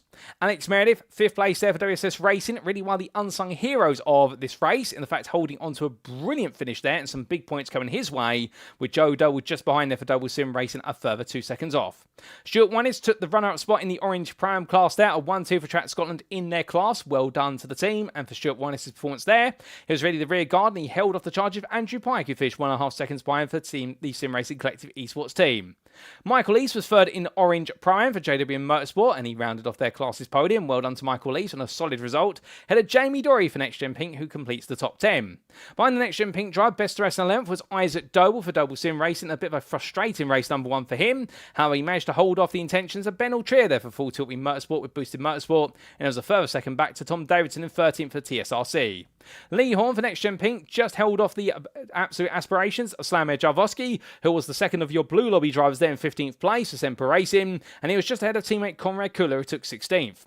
Russell Fowler, Lewis Mason, Piotr Zalewski and Marcel Fritsch completed your top 20, and big shout-outs there to the 2 AM drivers. Firstly, for Lewis Mason for taking the blue AM win and finishing ahead of the blue Prime drivers as well. What a performance from Lewis Mason. And also in 20th place there, Marcel Fritsch, your orange AM winner for Verano Esports. What a fantastic effort from him. And indeed, following the performances of Russell Fowler just up the road there. Behind them, outside of the top 20 in 21st, Gavin Garner for NextGen Pink, who made a lot of places, and indeed, having started all the way down in 34th place to move to 21st, that's no mean feat. And then at Galway Motorsports, Sam Van Olst ahead of the blue pro pair of Matthew Cheverton and Ben Bennyworth, with Reese Watt 25th there for JWM, fending off the charges of Matthew Addy and Benjamin Gregory. Andy Aldhouse, your blue prime driver, took victory in his class. Well done to him for Team GBRC, holding off attempts from Joe Gibson and Stanley Donaldson, to name a few. And then it was a lap down there behind the prime podium finishers in the blue class. And a big shout out to the GBRC, Galway Motorsports and Quakemas Motorsports driver, to the Quakemas Motorsport team, and there Mike Barber, 4th place, however ahead of rival Dylan Hunter, and that's what we'll be happy most about. Fraser Ostens took 2nd place in the blue AM class there, a lap down for NextGen Black, ahead of Mark Sykes, who was your run-up in orange and for WSS Racing, and there was also a lap down there to Andy Chell, who, through all the madness of this race, takes third place in the blue AM class. I don't think he's going to quite believe it. We can't hear him in the commentary booth either. Nick Clearings was ahead of Dylan Hunt, who was 2 laps down, and the Adapt Sim Racing driver very frustrated into his race after that big shunt right at the end, with Nigel Stock, Mark Hughes, Phil McDougall and Sean Doble completing your top 40. And outside the top 40, let's not forget about them there, where it will be Luciano, Witvoet and Adam Delmont, who will be classed as finishers as they did complete the race within 5 laps of the winner, but classed as non-finishers 7 laps down and upwards, Alan McCain, Jonathan Collins and Thomas Delaney. So 45 starters, and in the end, ladies and gents, from a grand total of 42 finishers, of which 30 on the lead lap. But that was just race number 1 of the day here at the Knockhill Racing Circuit, and we've got 2 more races to come. And well, ladies and gentlemen, race number 1, of course, is always the appetizer for what's to come. But when we come back in approximately 8 to 9 minutes' time, what's in store for race number 2? Well, we'll soon see. We'll find out, and we'll bring it all to you live from circuit side. Until then, we'll leave you with a word or two from our title sponsor, Doble Motorcycles. We will see you very shortly.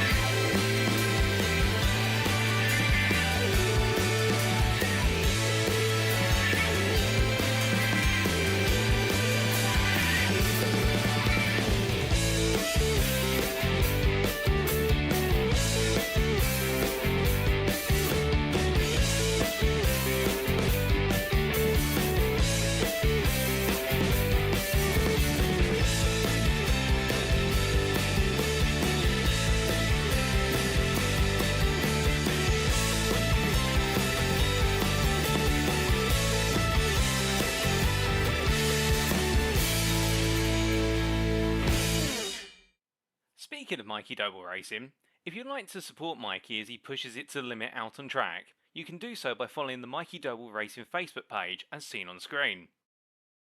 Additionally, if you want to represent the 88 Army at a BTCC weekend, Mikey Doble Racing has some fantastic merchandise available just for you, as may be found either via the Mikey Doble Racing Facebook page or alternatively in the Doble Motorcycles store at dobledirect.co.uk.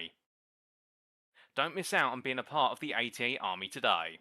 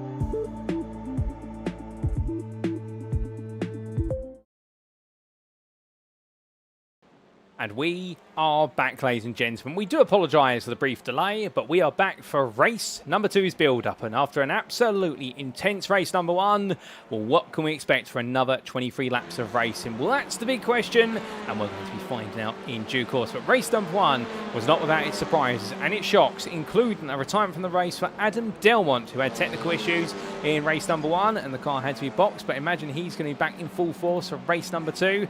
You can count on it, and the NextGen Racing Green driver always eager to try and put his best foot forward as he makes his way around, but not without a slide around the circuit.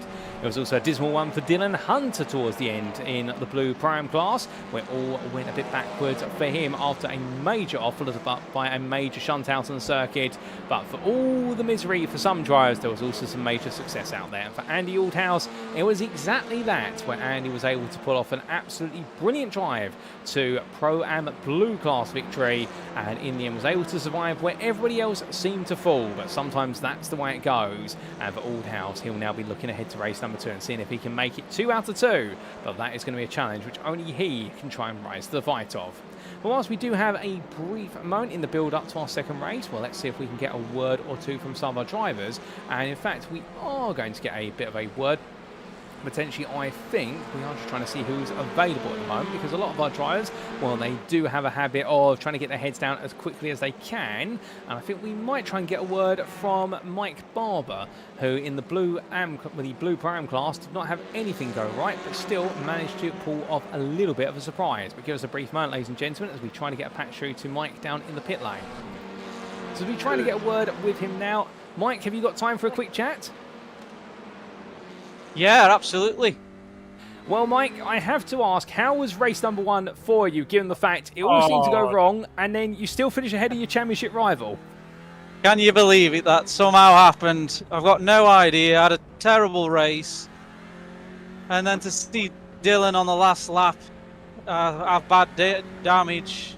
I think he had a crash with McDougall. I was pretty pleased, to be honest. Oh, goodness me. Well, a bit of a roller coaster ride of emotions, but hopefully a more straightforward race number 2. I mean, you start behind a number of your Pro-Am rivals, including no more than Andy Aldhouse, winner of race 1. I get the feeling it's going to be game face on and cut through them. Definitely. That's the plan. Well, Mike, we wish you the best of luck in race number 2. We'll leave you to it, and we'll see you at the checkered flag. Thanks, fella. Be ready. So here and there from Quatermaster Motorsports, Mike Barber, as he does settle the car into the pit lane, and well, saying there, simply put, that he can't believe how race number 1 ended after it all, and in the end seeing his main rival, which pleased to see it in a way. I don't think he is pleased in the fact that seeing his rival crashed out in the sense of he wants to see his rival crash, but pleased to see in the fact that he hasn't lost out as much as he had, and in fact that the bad luck has come to both him and Dylan as well, and that's how much the championship means to the pair of drivers. You can completely understand it. I think they're also a little bit focused on his pit stop procedure to make sure he did not make any mistakes. So with that, a quick word there from Mike Barber for none other than the Quatermaster Motorsport team. And well, ladies and gentlemen, we are only 30 seconds away from going green flag racing for the second time today. And when we do, well, will we have another 23-lap Bunzana of battles, or will we see something a bit more straightforward, or somewhere in between? I suspect it's going to be the former rather than the latter, because you can count on anything in the NXTCC. Is that it's always going to be a bit of madness in amongst all the masterful battling. And well, Alan McCain will be one of the drivers who would definitely be hoping for a much more straightforward race number 2. He was called to the race director's room after that race with regards to his car being on the racing line and not being towed away. But with that in mind, we're not going to join it any longer. And without further ado, ladies and gentlemen, here we go for race number 2. As our drivers all make the way to the pit lane, it's time to go racing once again here at the Knockhill Racing Circuit.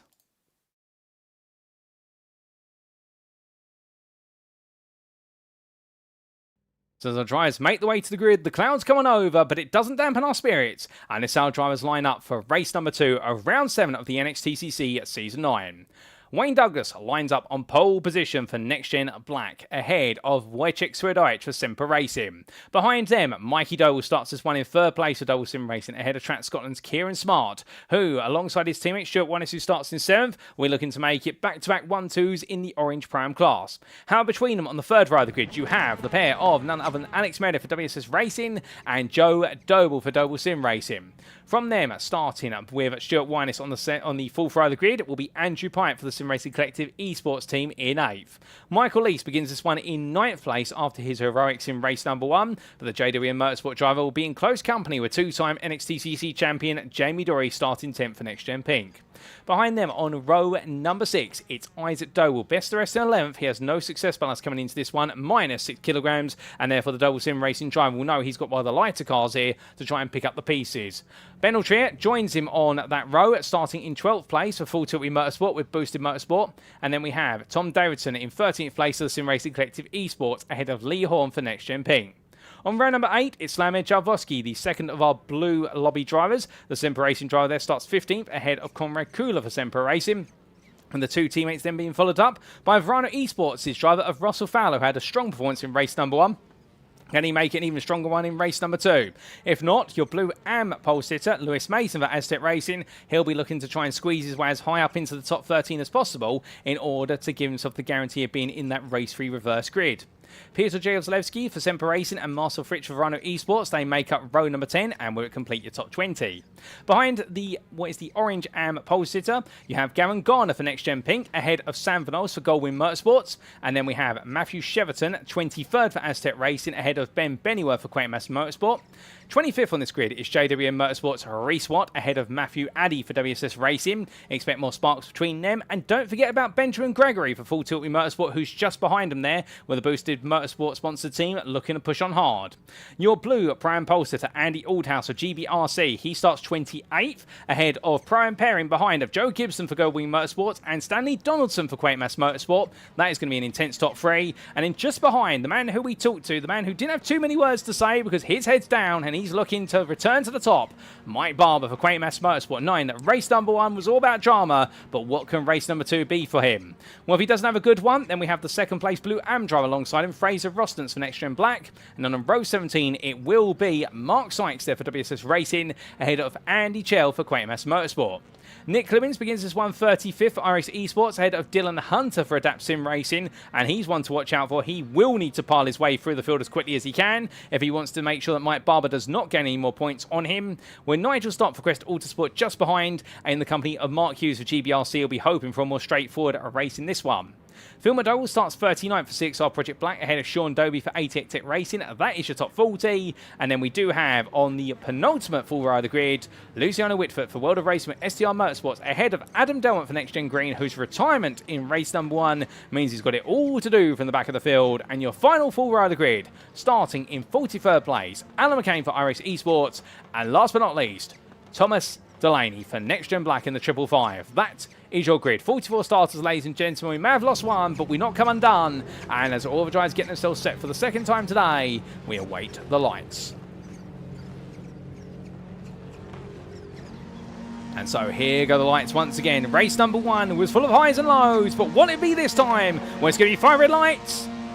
And it's lights out and away we go here as Wayne Douglas has a slow start. Witvoet gets the launch off the line and takes the leader's race. Mikey Doble looks to try and go around the outside as everybody pulls their way into the Duffers Dip. But coming in towards the right hand of the top 3 are broken away. And further back, it's a bit of contact there further behind. But it looks like most of the drives safely on through. A few taking to the runoff area there and one cutting the curb. I believe that was none other than Tom Davidson there taking the safety line. We're through turn number 3. And as they all inch their way down, where it all went wrong for Phil McDougall through the right-hander. And we do see a bit of a concertina effect there further back down the order. But it looks so all the drivers have safely made the way through, and the thing continues here as it's a bit sideways there for Mark Hughes, but he gets it back together, and all the field behind him very wary, and Mark Hughes is able to survive that big sideways moment as Nigel Stogg makes his way past, and so does Adam Delmont. So Hughes there down a spot, but after actually a lightning start there for Mark Hughes, 2 places gained in AM Blue, even though he's lost 1. But from them, as all the field now comes towards the end of the open lap, where we come from the blimp camera down towards terra firma, and as we do, Michael Lease right behind Stuart Winnes. It has been a dismal start for Kieran Smart, who is trying to make his way onwards. In fact, Kieran Smart's lost a whole host of places there and has dropped all the way down to 9th place. So Smart has not had a happy start to this race, and we'll try to understand what exactly happened to him in due course. But as they make the way on through into lap number 2, it's Witvoet who leads ahead of Mikey Doble. Wayne Douglas falls to 3rd ahead of Stuart Winnes, who is your orange prime leader. Michael Lees is just behind in the battle for Pro-Am supremacy in orange class as Wayne Douglas there looks around the outside of Mikey Doble ahead. But we can see Alex Meredith in 6th ahead of Andrew Pike, followed by Jamie Dorey, and it's Kieran Smart and Tom Davidson who complete your top 10 with best rest 11th Isaac Doble. In the blue AM class, there is Lewis Mason. As meanwhile, we got a trip to the grass there for a driver in the rear of the picture. Couldn't quite see who that was. I think that might be a big moment for Mark Hughes or Andy Chell, but we'll have to try and find out when we can, ladies and gentlemen. As meanwhile, well, here's a bit of scrap going on, and Mark Sykes trying to look for a move here for the orange AM lead versus Marcel Fritsch. Tries to go around the outside, doesn't get it. He goes to the cutback here as they make the way onto the accelerators to battle the two Hondas. But keep in mind that Fritsch has got more success ballast in the car, and therefore Sykes here will have the greater run on the straight and more flexibility in the corner. Well, into the right hander they come, then side by side they go. Marcel Fritsch outbraking Sykes to the apex, but goes deep as a result. But it's a natural right into left there, and downhill as well. Marcel Fritsch knowing he can afford to go deep, as that is a lunge up the inside there from Luciano Witvoet, and Adam Delmont squeezes on through, and Sykes at this point has to back off 9. He's lost 2 overall places, but he will have an opportunity to try and come back as Luciano Witvoet and Adam Delmont here are trying to make their way back up the order in preparation for race number 3. And remember, it's anywhere between 13th and 23rd we reverse the grid from based on the lottery draw, so those two are going to be chasing the top 23 finish as quickly as they possibly can. Thomas Delaney, he leads the battle for 2nd place in the blue AM class ahead of Nigel Stock and Sean Dobie. But Fraser Rostons, he's had a dismal start to this race. He's dropped all the way back down to 5th in the blue AM class after a good starting spot where he's not had the start that he's wanted. But still more to come as Mark Hughes and Andy Shaw both into the pit lane, and I suspect they've come to blows on lap number 2, and those would have been the cars we saw in the rear of the picture. Andy Aldhouse, meanwhile, for all the success in race number 1, well, right now a very heavy car, 32 kilograms of success ballast in that Hyundai Elantra, and it's showing because right now the blue prime leader of race number 1, well, he's fallen all the way to 4th in the class in race number 2 as we've had a bit of a trip to the weeds there. Oh no, that's gone wrong, and rejoin. It's even going to go worse as Adam Delmont there has to slam on the brakes, and Adam Delmont there, well, using his cat-like reflexes to make sure he didn't have another dramatic race as Reese Watt's car is all over the place here, and the whole field right now is trying to come through, and that's Andy Aldhouse pitched into the bag of Reese Watt's Aldhouse race goes to the grass. I think Reese Watt, they're just trying to get the car back to the pit lane, but in doing so, it's not quite working out for Reese Watt, and he's falling all the way down the order, and I wouldn't be surprised here if a few drivers will not be too happy with the damage that's come to their cars as a result.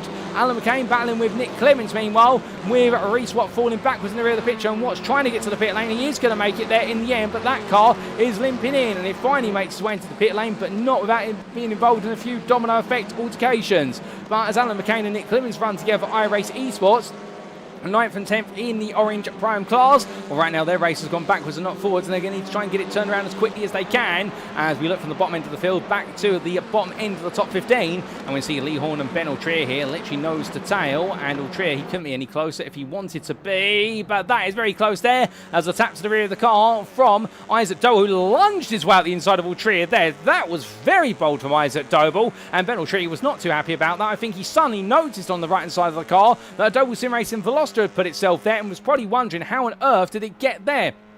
We did in the end, and well, Ben Altrier absolutely, I think, being demoralised by that one, as I'm lost for words as to how the move was made by Isaac Doble, but surely he will come back in due course, and Lee Horn right now might have a small grin on his face, haven't seen that move, but now he won't have that grin any longer because Isaac Doble here, look at the speed the Veloster driver is carrying through the middle section of the lap. He is flying as they make the way out, and he's so close he can tap the rear of his rival, and well, getting closer and closer as he almost takes what is the rear of the camera off, but up towards turn number 9 they come, and as they do side by side, we can see there Jamie Dorey now trying to get involved there and trying to squeeze his way out the inside of Horn as well, but not quite working out, and Dorey and Horn trying to work together as Isaac Doble runs out a little bit wide, but up the rise they go, and as they do, well, Mikey Doble and Witvoet, they have changed hands for the lead of this race. That's happened quite recently, so Mikey Doble now into lead and trying to bolt away as they go on to lap number 7. That's a car off the road there. That will be Andy Aldhouse after the damage on his car. I think they're respecting the blue flags, but we take a look back at exactly how Mikey Doble took the lead of this race. And here's the replay. Now this was coming out of turn number 7. Swira Doich there, making his way onwards. and going quite slowly. I think he might have picked up an automated slowdown penalty for an off-track earlier in the lap, and that's why Doble's been able to come through quite comfortably there. So I don't think Swerdoich were to let that one go too easily, so that explains the story between the two of them as we do return to your live racing, ladies and gentlemen. Now, as we do, still more to come between all of our drivers as they make their way across that timeline. But as they do, what else is there to denote here? Well, we need to take a look back at some of the incidents that happened early on in the race, and here they are with regards to some moments, starting off with what happened to Nick Clivens on the opening lap. Now this was Clivens making his way down towards turn number 1. As he did so, the RSC spots kind of 4 wide there and turned around with the CXR Project Black car Phil McDowell. So Nick Clivens was sent to the grass there. We didn't quite catch that one when it happened live, unfortunately. Then this subsequently happened to Gavin Gardner on lap number 2. So lap number 1 was relatively calm, and then lap number 2, it all seemed to go a bit wrong for several drivers. Gardner here making his way through the chicane and bounced too high off the first apex, and it ejected him sideways onto the gravel, but thankfully able to keep it pointed a straight line. Mark Hughes, however, did not have that luck. This was the battle between Hughes and Delman. Elbow there out. Andy Chell as well found himself in a nightmare moment. And, well, there was the contact between Chell and Hughes, and they both escorted each other to the tyre barrier. And, well, that went very wrong between the two drivers there, and in the end, absolutely hooked together. But Andy Aldhouse, a little bit later, had this happen to him, and this was coming out of... coming out to turn number 6 in towards 7, battling there with Luciano Witvoet, and, well, just going to the grass, rejoining, and as he did so, well, a small mistake there, but for Aldhouse under pressure, and that's where it went a bit sideways for him. And then a little bit later on, of course, we did have the big incident for Reece Watt, and this was Reece Watt, well, this was lap number 4, as he made his way down in towards the chicane, battling side by side, out of position, losing 1, losing 2, then turned sideways there with the car, one of the Full Tilt Motorsport cars, and as he rejoined, a big prang to the back there from 91. That started off all the chaos. That's when Adam Delman and Luciano Witvoet squeezed their way between them, and then after that, well, Reece Watt being in the wrong place at the right time to lead to a domino effect, and everyone behind had to come into the scene of the incident. I think there's going to be a call to the stewards room after the race for Reece Watt. I wouldn't be surprised if he is going to get the call there as to what's happened. However, that's what we've seen live on picture in the replays, but our stewards and race directors have plenty more camera angles available to them, and, well, we will see what happens afterwards. But back to live racing on lap number 10 here as we say hello there to Max Verstappen in the YouTube chat, talking about the chaos at the start of the race there. But to be fair, things have calmed down, although as soon as I say that, we have actually had, well, goodness me, what on earth's happened to Joe Doble's car there? He's lost the front bumper and the front left suspension seems to be at an angle. I think Joe Doble's been caught up in some sort of incident. I'm not quite sure exactly how he's ended up in that incident, but he's been involved in something of description. And the same for Michael Leese, intriguingly. Now, Leese's car, meanwhile, by comparison, is looking relatively clean. So if there's damage on that car, it's damage that we have not seen. It might be behind the bodywork that something has gone tragically wrong to the car. What it means is that Isaac Doble is going to pick up the pieces. He's going to pick up 2 places with Jamie Dory and Ben Altrier right behind him here as they head towards the midpoint of this race. But Doble, Dory and Altrier all head on through. Ben Altrier 3rd place in Orange Prime at the moment and enjoying a good run here as he makes his way around. But what can Altrier do as he goes deeper into the distance here, and can he keep away from Sam Vernolst? Keeping in mind, of course, that the 2 Orange Prime leaders are swapping places, and it's Track Scotland, Smart and Winus working together there, swapping the places around, and Andrew Pike, meanwhile, is just leading along in the fight for 3rd place because they're all chasing after Wayne Douglas, the 3rd place man. And, well, this is going to get a little bit contentious as they go 3 wide to the apex, and in the end, well, I think Kieran Smart wanted the inside and realised then it was too late, but he couldn't back out anymore, so he held off the throttle when they headed to the apex in order to make sure that Douglas was not turned around. So good awareness there from Smart, but Winus now looks to the inside and says, I'll try and make it 3 wide into Duffer's Dip, and then decides, actually, that's probably not a good idea, but he's going to try and go around the outside to the inside here versus Pike. Pike's turned sideways and going to send Smart into the gravel, and well, in the end, all 3 cars unsettled, but Stuart Winus gains a place, albeit for the tragedy of Kieran Smart, who rejoins, and Ben Altrier's right there with him. Can Altrier get into 2nd place here in Orange Prime? Yes, he can, and he gets between the 2 of them, as we have got Andrew Pike, needs to come into the pit lane for repair work, unfortunately. So for Andrew Pike, he's going to be fuming at that one as he looks up the inside there, Kieran Smart, but he knows that this is all going to be for naught, because come the end of this lap, he's going to need to come into the pits, or at least within the next 3 laps, but most likely on this lap he's going to come in. But Smart has to go defensive there versus Altrier, where they're still battling 2 wide, and in fact, Smart absolutely got himself to the inside apex as Sam Vernolst tapped wide there, and that was contact with Jamie Dory, albeit no harm, no foul 4 wide practically there as they're all looking left, they're looking right, and Andrew Pike's going to peel into the pits there. So for Andrew Pike, it has not gone right at all for Mr. Fish, as he's known to his teammates. And across the timeline, they go on to lap number 13 with lap number 12. Definitely has completely shaken things up. And right now, Sam Van Alster's got a huge pack of cars behind. And a special mention there to Russell Fowler, who in all the madness here is into 5th place in the Prime Orange class and could be picking up more places to go. But as he does so, whilst all that's been happening, Mike Barber in Blue Prime is back to where I think he feels he belongs. He is the leader of that class, ahead of Stanley Donaldson. But between the two of them are your Blue Am leader and 2nd place runner Lewis Mason. There he is on camera. And then behind it, you can see, albeit a little bit of gravel for him, Thomas Delaney as they head through that right-hander and over the crest they go. But Thomas Delaney right now, I think definitely enjoying this run of results. Marcel Fritsch fighting there with Mark Sykes, and 2 wide they made their way into turn number 7, but it looks like elbows have come out there, and I don't think Sykes is going to be too happy about that one, because Marcel Fritsch retakes the Orange Am lead, albeit I wonder whether it was contact there and whether Fritsch has been forceful or whether Sykes tried to hang it around the outside. Can we get a replay to see what exactly happened there? I think we can, and here it is between the two drivers. So Mark Sykes made his way out of turn 7, went right to the gravel. Phil McDougall in the end unlapped himself in towards the right hand they went, and Marcel Fritsch wasn't going to waste an opportunity, and in the end came in a little bit hot. Now some would argue that Sykes perhaps turned in a bit too much, some would argue that Marcel Fritsch was a little bit too brash. It's going to be 50 of one and 50 of another, as they say, and well, Mark Sykes there I think will feel as though he's the victim of that situation, but again it'll be each their own and the drivers will decide what exactly's happened there. But meanwhile, Gavin Gardner versus Piotr Jegorzelewski and Russell Fowler, they're fighting over 14th place here, and Fowler up the inside of Jegorzelewski as he does try to move a little bit further up the running order for that potential reverse grid pole position. But heading all the way out towards turn number 1, roaring the way onwards there and into that braking zone. I can tell you right now that Russell Fowler making some great progress and looking to try and consolidate that 5th place in Orange Pro-Am.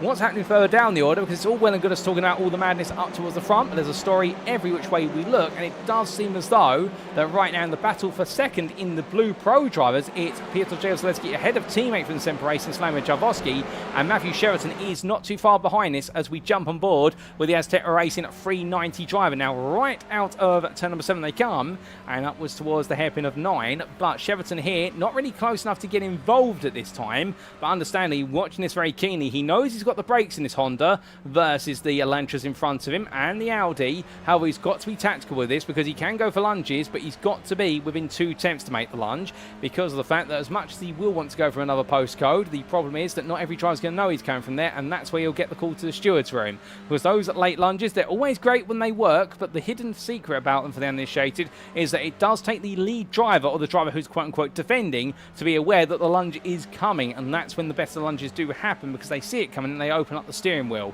However, those who do not see it coming or are not inclined and normally want to see the instant go to the steward's room, they will turn in either way. But as I head in towards turn number 7, right now Cheverton close behind Jaworski and Jegorzelewski, but they are just staying where they are at the time being. But coming up towards turn number 10, turn number 9 again, as quickly as that we've completed a lap between them in terms of following on board. Matthew Cheverton right now close but not close enough as Luciano Witvoet looks to take another place here as going straight on. That is the number 11, and that will be Joe Doble there, who's a lap down just giving way. But that is Luciano Witvoet now into 19th place. Matthew Addy there still side by side in the battle of the 2 Audis. Witvoet on the inside heading towards turn number 1. Addy on the outside on the right of your picture here, and Witvoet I think is going to get the job done. Adam Delmont meanwhile, he's not too far behind either. He's in 21st place. I think he'll be eyeing up to be inside the top 20 before this is over. But what a brilliant effort from both drivers who started all the way at the back of the field, both Witvoet and Delmont. And right now you wouldn't believe it if you saw where they are, because they have just carved their way through absolutely mercilessly. As we on Matthew Cheverton there, all out of sorts coming out of the chicane. In the end, battling side by side with Jegorzelewski. And through the curve of 8 they go in towards 9. And I think Cheverton is going to get this place done and dusted under braking in towards the hairpin. Witvoet's going to make it 3 wide. It may not be over yet. Witvoet's going to go for it. Cheverton's going to get squeezed here between the 2 cars. Jegorzelewski, I think, sees that he's in a 3 wide situation and decides to back off there. He could have forced Cheverton to have to back out entirely, but decided not to. And I think decided to play it safe there. And that's good awareness from Piotr Jegorzelewski. Other drivers would have compressed Cheverton into the side of Witvoet's car, but not so him. And as they come on down the hill, well, right now Jegorzelewski wants to try and get this done fairly and honestly as Matthew Addy looks close behind, and Adam Delmont takes a sneak peek, albeit to no avail there, coming in towards Butchers. but it's an absolutely crazy race in this mid-pack right now, and all these drivers trying to push as hard as humanly possible to get themselves into that top 23 and as high up it. You can understand why they're all fighting hard. 13th place is the place you want to be because you are guaranteed to be in that reverse grid no matter what. We can't have a lower number than 13th come out of the Lottery Bowl, and Gavin Garner right now is the man holding on to it, albeit perhaps not for long, as Conrad Kula tries to go all the way around the outside there for Semper Racing in the Elantra, but it doesn't work this time around. But all onto the start finish straight they go, and as they do, we're looking back to the battle for Blue Am lead. And it's Thomas Delaney now ahead of Nigel Stock. How has that changed? I do wonder, and well, Delaney has made that move happen quite recently, unless I'm mistaken, and we are just trying to find out how exactly he made the move and when it happened, and I believe we are trying to get a bit of a run back now. In fact, it happened much earlier in the race, and Thomas Delaney right now holding Nigel Stock at bay, at least for the moment, and I think it happened right at the start of the race that Thomas Delaney got ahead, so we can't get a replay of that, but Thomas Delaney right now, in fact, not the leader of the Blue Am class, my apologies, he is running in none other than second place in the Blue Am class, ahead of Nigel Stock. Lewis Mason is your Blue Am leader, but Thomas Delaney has definitely held off Nigel Stock for a few laps, but right now under a bit more pressure as they come up towards turn number 9.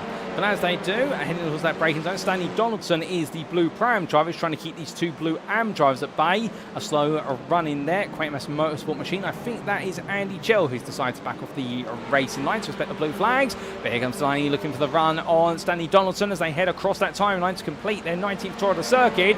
And Delaney here's going to have the run to move into overall 28th place. If Donaldson can't find a way to come back, and I don't think he can. So Delaney now has a Pro-Am driver between himself and Stock. But Stock's not going to give up there as he tries to sneak around the outside. It's not going to work there, and in the end has to back off. But with that, we've had some drama for Samir Javoski, I believe, who has been sent a very long way off the road quite recently. And what exactly has happened to Javoski? Well, here's a quick replay to explain. Or is it? No, we're not going to get a replay because Adam Delmont dives up the inside there, Peter Jezleski, to move it into 18th place. But Samir Javoski has definitely been elbowed down the order, as we also see there Ben Bennyworth battling with Matthew Addy. There's fighting everywhere you look at the moment, and that's before you come all the way into the top 10, where Isaac Doble has just snuck his way out the inside of Alex Meredith. So firstly, we are going to get a replay of what happened to Samir Javoski only months ago. Here it is. And this was Javoski making his way through turn 3 in towards 4. In towards the chicane he went, I suspect. Poor line, it bounces the car over the place and somehow keeps that point in a straight line. I don't know how he managed that, but that's credit where it's due to Samir Javoski. That would have been into the barrier for many another driver. And well, we just had the change of place for 4th place overall between Isaac Doble and Alex Meredith. And this was not into turn 1, but Alex Meredith there battling side by side with Wayne Douglas, and Isaac Doble saw the door was open and went, okay, I'm going to take this off you. The two Velocitas made their way into turn 3, but only one could lead it coming out, and it was Isaac Doble there with an opportunistic move, but a good move there from Isaac Doble. But back to your live racing as we go, and Isaac Doble now trying to find his way past Wayne Douglas on the penultimate lap, as we do say hello in the Facebook chat there to Stuart Pike, who's watching, and I do believe that may be the father of Roger Pike there, so grandfather to none other than Andrew Pike. And as all the drivers continue the one around, well, right now all these laps continuing to add up, and well, we've only got one more to go shortly as your race leader heads towards the timeline then to go on to lap 23 of 23 in race number 2. And here goes Mikey Doble as he crossed that timeline, half a second ahead of Wojciech Swierdajczyk, and then it is a 12-second gap.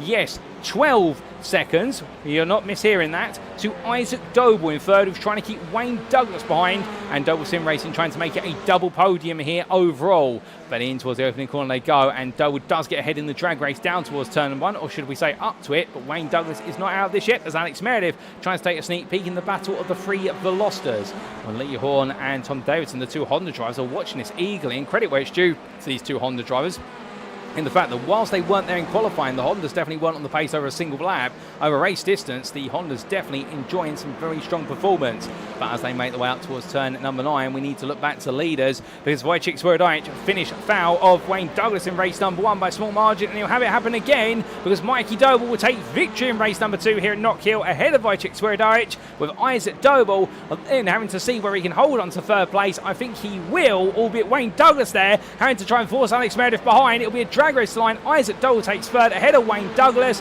who takes the blue lobby over a win. Alex Meredith fifth ahead of Lee Horn, with Tom Davidson, and then Stuart Wyness comes on home to take Orange Prime victory in 8th place ahead of Ben Altrier and Kieran Smart. And then Sam Van Olst, best the rest in 11th ahead of Jamie Dorey, and Conrad Kula in 13th takes your guaranteed reverse grid position. But now we look further down. Gavin Garner just ahead of Russell Fowler for 15th and 16th. Matthew Cheverton, runner-up in the Blue Pro category. However, in Blue Pro-Am, it's Mike Barber who takes the victory in class there, 23rd ahead of his rivals, with Lewis Mason taking the Blue Am win there in 26th overall. Well done to him. That's back-to-back victories for Lewis Mason, just ahead of Thomas Delaney and Nigel Stock in their class. Phil McDougall will take home at 2nd place in Blue Pro-Am, and then Stanley Donaldson will round off the top 3 of the Blue Pro-Ams there. In the Orange Am class, Marcel Fritsch took victory ahead of Mark Sykes by 4 seconds at the line, 34th and 35th respectively, and will everyone now coming their way down to the pit lane. What an absolutely crazy race, ladies and gentlemen. And I couldn't say any more from what is Katie Eames there, indeed, summarising it perfectly in the Facebook chat. This has been a very eventful race, and we're saying great drives there from both Russell Fowler and Marcel Fritsch, and indeed, unfortunate for Russell Fowler not to get himself into the top 15, but still a solid drive there, and with it, he has got a very good chance of being in with a front row start from this one. But with that, ladies and gentlemen, as all of our drivers take a trip to the pit lane, well, let's take a look at those race results, subject to any stewards' inquiries. And here are those results then. They're in, and after an absolutely lightning quick race number 2 for round number 7 of season 9 of the NXTCC here at the Knockhill International Racing Circuit. Mikey Doble, your overall winner there for Doble Sim Racing by 7/10 over Semper Racing's Wojciech Swierdowicz. Third place went the way of Isaac Doble for Doble Sim Racing, so it is a double podium for the Doble Sim Racing team, but not quite the 1-2 they wanted. However, credit where it's due to Isaac Doble, because he did hold off the charge there of Wayne Douglas and fought his way all the way through to Isaac Doble for 11th on the grid to take that 3rd place. What a drive from him. Wayne Douglas took overall honours in the blue lobby with that 4th place in NextGen Black, head of WSS Racing's Alex Meredith, who'll be a little bit incensed he couldn't quite make the move for 4th place stick at the end, but still a stoic effort from him. Lee Horn and Tom Davidson were 6th and 7th for NextGen Pink and the Sim Racing Collective Esports, bringing those Hondas up into the top 10. Well done to them. With Stuart Wyness, your Orange Prime winner there for Track Scotland, and the team couldn't quite make it a 1-2 in their class, because between Wyness and his teammate Kieran Smart was Ben Altrier for Full Tilt Motorsport with Boosted Motorsport, who was your run-up in Orange Pro-Am.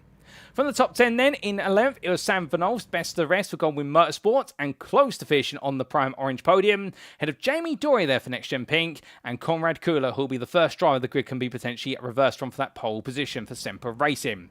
We then did see Luciano Witvoet in 14th for World of Racing at STR Motorsports, and keep in mind that Luciano Witvoet came from the back row of the grid to finish in 14th place. What a cut through the field from him, ahead of 15th place finisher Gavin Garner for NextGen Pink. Russell Fowler, 5th place in the Prime Orange class there, 16th on the road. Well done to the Rhino Esports driver, ahead of Adam Delmont for NextGen Green, with Matthew Sheraton 18th for Aztec Racing, ahead of Piotr Jezleski and Benjamin Gregory, who round off your top 20. But a big shout out there to both Sheraton and Piotr Jezleski for the Semper Racing driver, because they did round off your blue class overall podium. Then coming outside the top 20, out into 21st place, Matthew Addy, with Ben Bennyworth and Mike Barber completing your top 23 finishers, and Mike Barber there in with a rare opportunity to potentially be reverse grid pole sitter for race number 2, should the number 23 be drawn from the lottery bowl, as he was your blue Prime winner there for Quatermass Motorsport. Now Slamir Jaworski and Michael Easter 25th, with Lewis Mason making it another Blue Am win there. He does seem to go very well here at Knockhill, does the Aztec Racing driver. Well done to him. He was ahead of Nick Clemens by half a second at most, with Thomas Delaney run up in Blue Am, fighting hard for NextGen Black, ahead of Nigel Stock. But between himself and the Crystal Autosport driver was Andrew Pike, who finished 29th. Phil McDougall finished 2nd of the Blue Prams, 31st on the road for CXR Project Black, only 3 tenths ahead of Stanley Donaldson at line for Quatermass Motorsport. And there was Sean Doby, who was your 3rd place finisher in Blue Am. Well done to the ATEC Tech Racing drive for recovering the pieces after a difficult race number 1, with your Orange Am win going to the driver just behind him of Marcel Fritsch of Rhino Esports. WSS Racing's Mark Sykes fought hard for the Orange Am win, but in the end he had to settle for 2nd in the class, 35th on the road. And then the last lead lap finishers was Alan McCain in 36th. It was a lap down to Reese Watt, Joe Gibson, Joseph Doble, Dylan Hunter, who completed your top 40, and the woes continued as well for Mark Hughes, who was 2 laps down, as they did for Andy Andy Aldhouse, and 3 laps down there for both Fraser Rostance and Andy Chell, but all of our drivers finished the race as classified. So 44 starters, all of them finishers, 36 at least, on the lead lap. Well, that concludes race number 2, ladies and gentlemen, and what a race it was. No doubt about it. Drama and excitement everywhere you went over the course of the race. But of course, we do have one final question, and that is, before we do cut to our break, who is going to be on your reverse grid pole position for race number 3? Well, good evening to you all here from the commentary booth. It has been an absolutely crazy pair of races so far, but we've been enjoying them, no doubt about it. And without further ado, ladies and gentlemen, it's time for us to bring out the NextGen Racing Lottery Bowl and do another draw. Now, remember, in round number 6 at Silverstone International, where we went back in our time machine to 2008, it was 21st place, which saw the numbers 9 and 12 combined together, and Alan McCain took the overall pole position. But who will it be this time? Let's draw and find out. And we start off with a shuffle and ball number 1. So, without further ado, we draw our first ball out of the bowl, and it is going to be the number 8 that makes only its second appearance this season for the broadcast that we'll be conducting. So it's going to be a moderate draw, no doubt about it. As I see Handsome Stu saying, give us a wave. And here's a wave, Handsome Stu. Hope you're doing well. But what is our second ball going to be? Let's find out. So there's a quick shuffle. And we draw a ball out of the bowl. And to go with the number 8, it is going to be a second appearance of the season as well for the number 10, which means it's a top 18 reverse grid. But who exactly will that go with? Well, it will be none other there than Matthew Cheverton, who takes away with race 2 overall pole position for race number 3. And joining on that front row will be Adam Delmont. So it is going to be a top 18 reverse grid, and we'll be back for the build up to race number 3 in approximately 10 to 15 minutes time. Don't go anywhere, ladies and gentlemen. There's plenty more racing to come for our final race of the day at Knockhill, and we will see you then. But as we go away, here's a word from our title sponsor, Doble Motorcycles. We will see you again very shortly.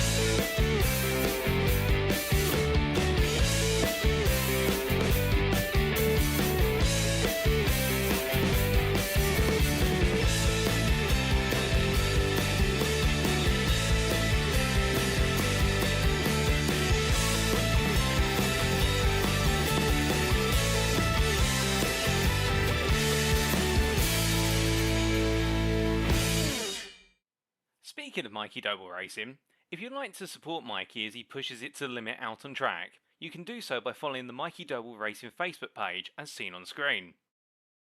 Additionally, if you want to represent the 88 Army at a BTCC weekend, Mikey Doble Racing has some fantastic merchandise available just for you, as may be found either via the Mikey Doble Racing Facebook page or alternatively in the Doble Motorcycles store at dobledirect.co.uk. Don't miss out on being a part of the 88 Army today.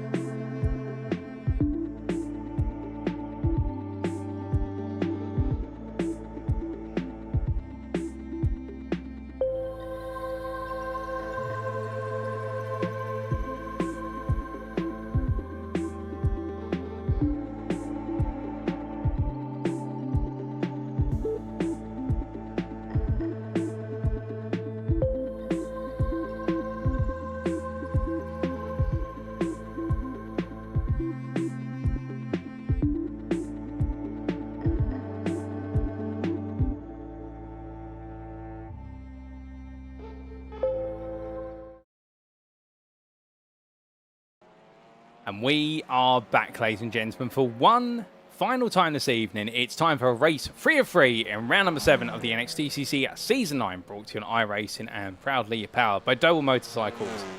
Race number 1 gave us an appetizer that race number 2 would take us into a main course of absolutely brilliant battling, but also plenty of drama as well. But intriguingly, it was not lap 1 where we saw the drama. Instead, it was on laps 2 and 3 where everything absolutely blew up in a cacophony of chaos, only then to come back to some absolutely brilliant racing as the remainder of the 23 laps played out.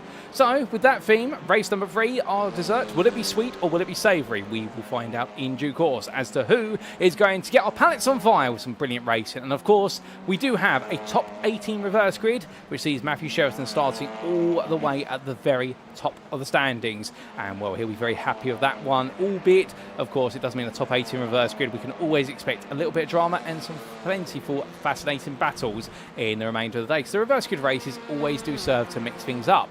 But as always, we do like to mix things up with regards to speaking to our different drivers before we do go into our final race of the day. But I hear you ask, who are we going to get a word from this time? Well, we are going to see who we can get a word from. Give us a brief moment to see who we can get a chat to. And I think we are going to get a word from none other than a regular who we do get a word from, Ben Altria, if we can. If we can get a patch through to me. He's down in the garage at the moment at Full Tilt Motorsport. I'm sure we might be able to have a quick chat with him as we do get the patch through. Ben, you got time for a quick chat? I do, mate. Ben, race number 2 was back where you wanted to see, right up on the orange pram podium. You had enough to beat one of the Track Scotland drivers, but not quite enough to take the victory. How was race 2? It's tough around here in the Elantra, to be honest. Both the Track Scotland cars are quick. They're impressive with their pace today. I feel like I'm struggling in comparison. I was lucky to find my way past Kieran, and I was slowly catching Stuart, but I just didn't have the pace to catch him before the end. Well, you may not have had the pace to catch it before the very end, but with that result, well, we flipped the grid down, and you pretty much are starting where you finished in race number 2, albeit minus a position, I believe. You'll be starting 10th for this one. So what can we expect from you in our final race of the day? Well, hopefully more of the same, just finishing up near the front, getting some solid points, and trying to get a nice lead up at the top of the Pro-Am Championship, I think. Well, Ben, we wish you the best luck with that. Good luck for race 3, and we'll see you at the checkered flag. Thank you very much. So here now from Ben Altria, and I think just getting his head back down again and looking to try and go for another great result as he gets himself set and ready to go. But as he does so, ladies and gentlemen, well, we are not too far away from our next and final race of the day. But can we get another word from our drivers very quickly before we go into it? And I think we might be able to perhaps get a bit of a word from one of them. But who's it going to be exactly? We are just trying to see who we can get the patch through to, with a minute left on the clock. And I think we are going to get a quick word from our Aztec Racing pole sitter for our final race of the day. Let's get a quick word from Matthew Cheverton. 17. So we quickly get a word with Matthew. Sorry, Matthew, I know you're talking it to Lewis, but just within the 30 seconds, you're on pole for race 3. How are you feeling for it? Fearing my life. No, it's a good feeling, to be fair.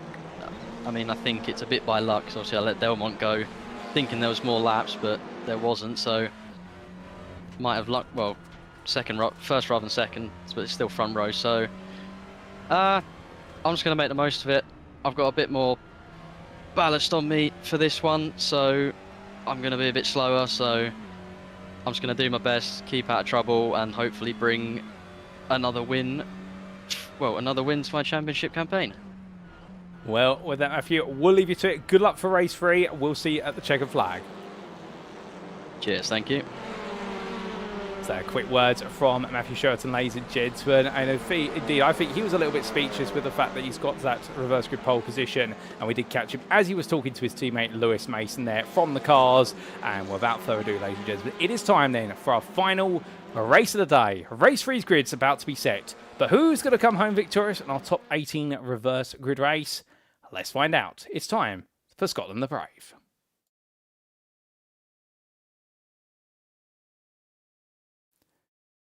So as all the drivers make the way onto the grid, this is how they line up for our final race of the day. Matthew Cheverton takes top 18 reverse grid pole position. He is joined from Aztec Racing on the front row for NextGen Green by Adam Delmont. Keep your eyes out for Adam Delmont. He has crafted this to perfection to be on the front row of the grid, having started 41st in the previous race. Russell Fowler, third on the grid. He is your orange prime pole sitter for Rhino Esports, ahead of Gavin Garner for NextGen Pink. That's your top 4. Then we have Luciano Witvoet, who starts 5th for World of Racing with STR Motorsports, ahead of Conrad Cooler for Semper Racing, who complete your first 3 rows. Row 4 is Jamie Dory for NextGen Pink, ahead of Goldwyn Motorsports' Sam Van Alst. Keep your eyes out for the Belgian driver. He's looking very quick in his Audi when he's in clear air. Kieran Smart starts in 9th for Track Scotland, ahead of Ben Ultre for Full Tilt Motorsport with Boosted Motorsport, pretty much starting where he finished in race number 2, but with some extra ballast in the car, and we heard from him only moments ago. 11th on this grid is Stuart Winus for Track Scotland, the winner of Orange Pro-Am in race number 2. Can he make it another Pro-Am podium? We'll have to wait and see. Tom Davidson starts in 12th for the Sim Racing Collective Esports, ahead of Lee Horn for NextGen Pink, with Alex Meredith in the 14th place slot. We then have on row number 8 the combination pair of Wayne Douglas for NextGen Black and Isaac Doble for Doble Sim Racing, followed up by Wojciech Swerdowicz for Semper Racing and Mikey Doble, your race 2 winner. He starts 18th in this one in the number 1 for Doble Sim Racing. For starting out where they finished in race number 2, Piotr Jegosleski starts in 19th place for Semper Racing, ahead of Benjamin Gregory, who's 20th for Full Tilt Motorsport with Boosted Motorsport. Outside the top 20, things start to get very interesting when you look in the run to 30th place, because Matthew Addy, he starts 21st for WSS Racing in the close company of Quatermass Motorsport's Ben Bennyworth. They had some brilliant battling in race number 2. We can expect that to carry on into this one. But where the interesting is, Mike Barber, 23rd for Quatermass Motorsport. Race 1 was a disaster. Race 2 was what he wanted. Race 3, can he make it 2 for 3? We will see, with Slamir Jarvosky alongside him, 24 for Semper Racing. Then Michael Lee starts this one 25th for JWM Motorsport, knowing race number 2 was not a demonstration of the calibre of the craft he has here in Scotland, but he's going to have your blue and pole sitter for company, Lewis Mason for Aztec Racing alongside. Mason's going for 3 for 3, but on the row behind him, Nick Clemens he won't be too worried about for iRacing Esports, but he will be worried about Thomas Delaney for NextGen Black, who's come on strong, and the runner-up in Blue Am in race 2 will be chasing him for Am victory in race 3. Then we have Andrew Pipe for 29th for the Sim Racing Collective Esports in a frustrating day so far, but Nigel Stock starts 3rd in Blue Am, and the 3 Blue Am drivers all winning a line there for Cresta Motorsport. Don't count him out, as his battle with Thomas Delaney was the stuff of legends in race 2. Behind them, on row number 16, it's Phil McDougall for CXR Project Black, the man who took 2nd in the Blue Pro-Am class, where he's got the company immediately of Quatermass Motorsport Stanley Donaldson alongside. Sean Doby begins this one 33rd for ATEC Racing, ahead of Marcel Fritsch, the orange Am pole sitter for Rhino Esports, but just behind him is his main rival in the championship, Mark Sykes for WSS Racing. Alan McCain starts 36th for iRacing Esports, ahead of Respot for JWM Motorsport, and then Joe Gibson for Goldwyn Motorsports, with your top 40 being completed by the combination of Joe Doble for Doble Sim Racing and Dylan Hunter for Adapt Sim Racing, who really needs a magical result here to stop the rot after what's been a frustrating day. Then your penultimate row of the grid, it's Mark Hughes for GBRC alongside his teammate Andy Aldhouse, with the final row of the grid going there to NextGen Black's Fraser Austin and Quatermass Motorsports Andy Chell. 44 starters in this one, ladies and gentlemen, much like in race number 2. But will they all finish where they start, or will there be a change-up of positions? Well, that's always the thought and the question on the mind as we say hello to Harley Phonic there, who's asking about what headset we're using. And we'll come on to that a little bit later on, because right now our focus has got to be on the grid, because the lights are going on, ladies and gentlemen, for the final time today. It's 1, it's 2, it's 3, it's 4, it's 5 lights. And it's away we go for race number 3 of 3 in round number 7 of the championship. And Matthew Cheverton with a lightning quick start there ahead of Adam Delmont. Tears away up towards turn number 1. Russell Fowler as well, holding on to 3rd place ahead of Gareth Gardner. But the field comes charging through. And as they do, goodness me, that is a pink to the side. And that is one of our Quatermass Motorsport cars going all the way out stage right. And well, with that, we've also had a bit of drama there for a couple of other cars. And that is Andrew Pike's race done and dusted by looks of things. The car points backwards there. Thomas Delaney was also got ejected. I think that was Mike Barber ended up going to the weeds before he even got to turn number 1. Lewis Mason has also got damage to the car. He's got to come into the pits at the end of this lap. So right now there's been drama further back, but the front of the field roars its way up towards the hairpin. And as they do, well, Luciano Witvoet up the inside here of Gavin Garner and trying to force the issue for 4th place. Will he be able to, however, as they make their way out the corner? We will see. 2 while they exit. It's the battle of the 2 Audis here, with Russell Fowler gifting the slipstream to both of them in equal measure. But across the timeline they come, and as they do, well, Gavin Garner right now losing out here, with Luciano Witvoet in a slightly lighter car, gaining as a result, and in towards the right-hander and makes the place count. Jamie Dory all over the back there of Sam Van Olst. Can't find a way through, but Conrad Kula looking up the inside. Contact between the two. Kula takes too much apex curb, and Jamie Dory forced out to the gravel. He won't be too happy about that, but he'll notice there's a mistake afterwards. Oh no! And there's contact there between Dory and Winus, and Stuart Winus gets ejected out sideways and into the barrier. Well, that's not going to be free for Track Scotland in the Orange Pro-Am class, unless Kieran Smart can pick up the pieces, because Russell Fowler is the Orange Pro-Am class leader right now. Meanwhile, further back, Piotr Jegoslavski and Ben Bennyworth, they're all together, as gravel is all over the circuit, and I believe we are going to be seeing a safety car, ladies and gentlemen, for the incidents that have happened, and so the racing is going to come to a bit of a halt come the end of this lap. Safety car out there, and all the field cars are through as there's smoke coming up there off the back of one of the Quatermass Motorsport cars. There's a lot of smoke. It has been a dramatic opening 2 laps, and well, we do head into safety car conditions here, at least for now, as everyone does tuck in behind the safety car machine being piloted by none other than our own Gaz Williams, our dedicated safety car driver. But with a pause in the racing, well, that gives us plenty of opportunity to dissect exactly where the field all stands after 2 laps. And will Matthew Cheverton still your leader after a lightning quick start, ahead of Adam Delmont in 2nd, Luciano Witvoet in 3rd. Your Orange Prime leader is Russell Fowler in 4th, ahead of Gavin Gardner and Sam Van Olst, with Kieran Smart rounding off the Orange Prime top 3 there. We should point out that it's your blue overall leader, Matthew Cheverton, ahead of your orange overall leader, Adam Delmont, at the front of the field. Apologies for missing that. Conrad Kula sits 8th, ahead of Ben Altrier and Jamie Dory, who complete your top 10. 11th best rest is Tom Davidson, with Lee Horn, Wayne Douglas, Wojciech Swerdych and Isaac Doe will complete your top 15. And then to complete your top 20, it's Alex Reddiff ahead of Mikey Doble, Matthew Addy, Benjamin Gregory and Michael Lees. In the blue AM class, Nigel Stock is leading after the difficulties that Lewis Mason came into and the repair work that's had to go into the car. Nigel Stock has picked up the lead of the blue AM class, and he'll be happy with that, with Sean Doby a bit further back behind. Marcel Fritsch is your orange AM leader, with Mark Sykes the best part of 5 places off of him, but I believe it's just the difference of how the race start has gone for the pair of the drivers there, and that is a rundown of the positions. In fact, one driver we haven't talked about, Phil McDougall, who is your blue Prime class leader there, and it has gone wrong, I believe, for Mike Barber, who's had it all gone backwards, and in fact the car is making its way around at the moment. We're still behind the safety car at the moment, ladies and gentlemen, but let's find out what exactly happened. And for Mike Barber, this was the drama for Mike as he got this race started. So as he made his way away, well, heading towards turn number 1, contact there. I believe that was a tap on the rear by Michael Lees, and it ejected Mike Barber to the barrier, so he didn't even make it to turn number 1 before it all ended up in pieces. Lewis Mason, meanwhile, well, he was a bit further back whilst that happened. There goes Barber at the bottom centre of your screen, but then Lewis Mason was free wide in entry, and in the end, in a shuttle moment, and collected there by Andrew Pike, who stopped the car from rolling right back into the middle of the road. Now that is a Pyrrhic sacrifice there from Andrew Pike, and what a brilliant bit of car control to stop that rolling and causing a bigger collision. Thomas Delaney, meanwhile, well, he had this happen to him where all went wrong for Lewis Mason. Delaney, meanwhile, found himself on the outside of all that and, well, was tapped there by Andrew Pike going on the rounds. We avoided the initial contact with Mason and then to be collected afterwards, and Andrew Pike's race went backwards as quickly as it went forward. We also had this was Samir Jarvosky on the opening lap. This was a little bit later on, when they headed in towards turn number 7. Side by side, they're battling with the RSC Sports 13 Nick Clemens and collected on the front end, and it just sent Jarvosky sideways. We also had a bit of drama further up the order. This was for Stuart Winus. What exactly happened to him? Well, for Winus, after the race start went quite well, there was the contact with the wayward Jamie Dory then over the crest of the apex in the chicane, and that sent Stuart Winus sideways. well, ladies and gentlemen, we must come back to your live racing pictures, because as we do, our safety car is still going on the round, but not for much longer, because the safety car is now pulling away and we are going racing very shortly. And in fact, I think Matthew Cheverton is bunching the field up right now as he does so, but we will be back to green flag racing shortly. There goes your safety car at the bottom of the screen, but it will be in at the end of this lap.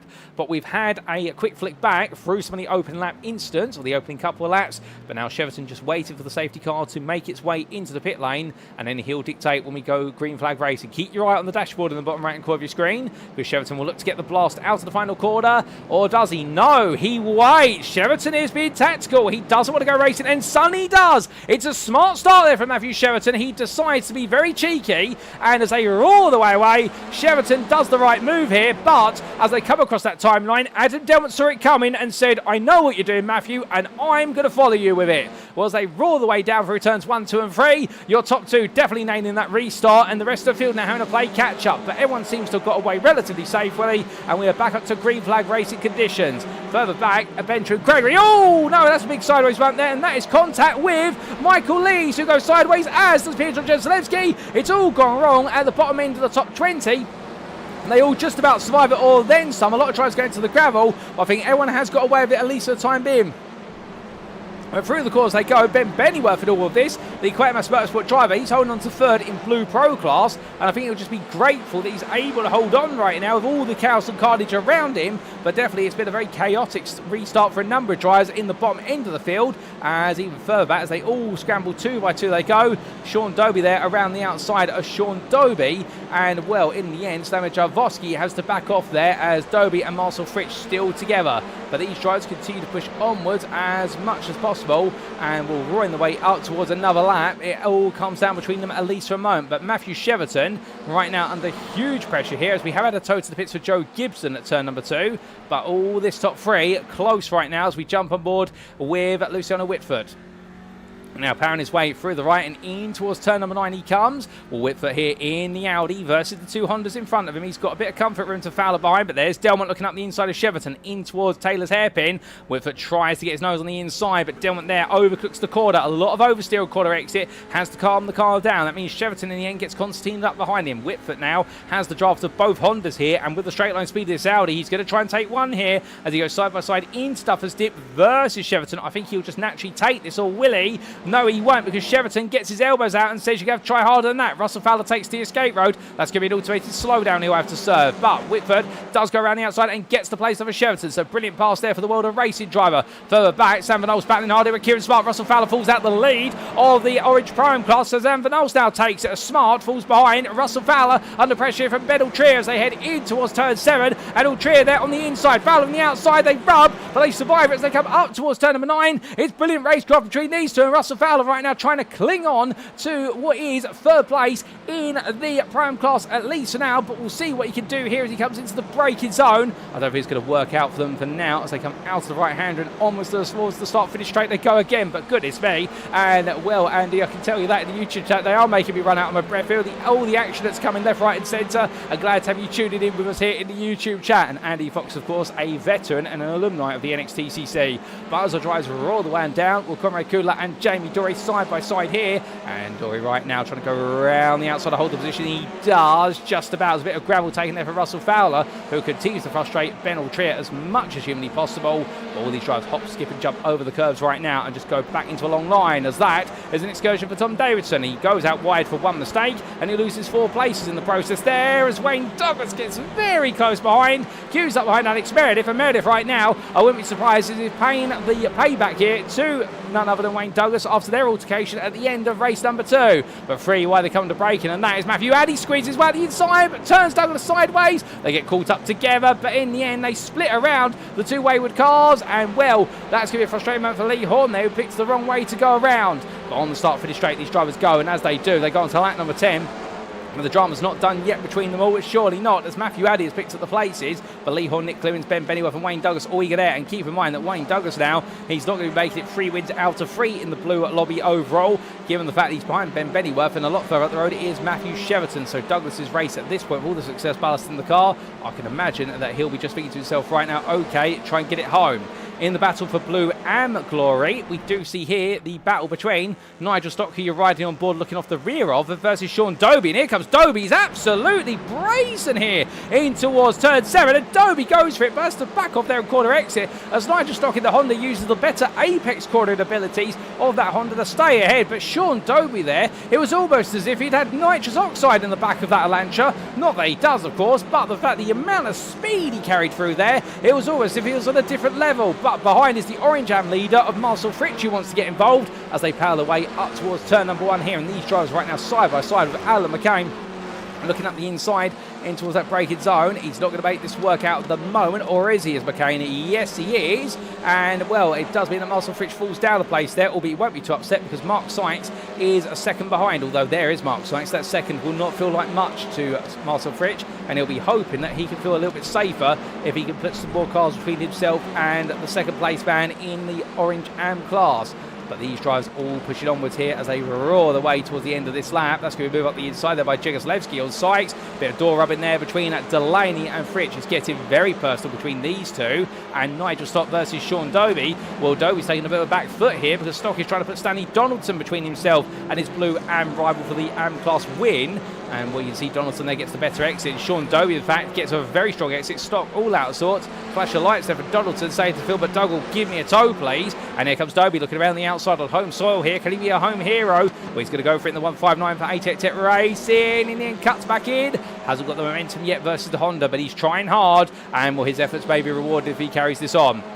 And coming back to the lead of the Orange Prime class, and here we can see, well, breathtaking battling between Kieran Smart and Sam Van Alst, and Smart has found his way past Van Alst, only moments to go on this lap, but will we see a return from Sam Van Alst? And the answer is not yet, but how did this happen? Here's the replay to explain.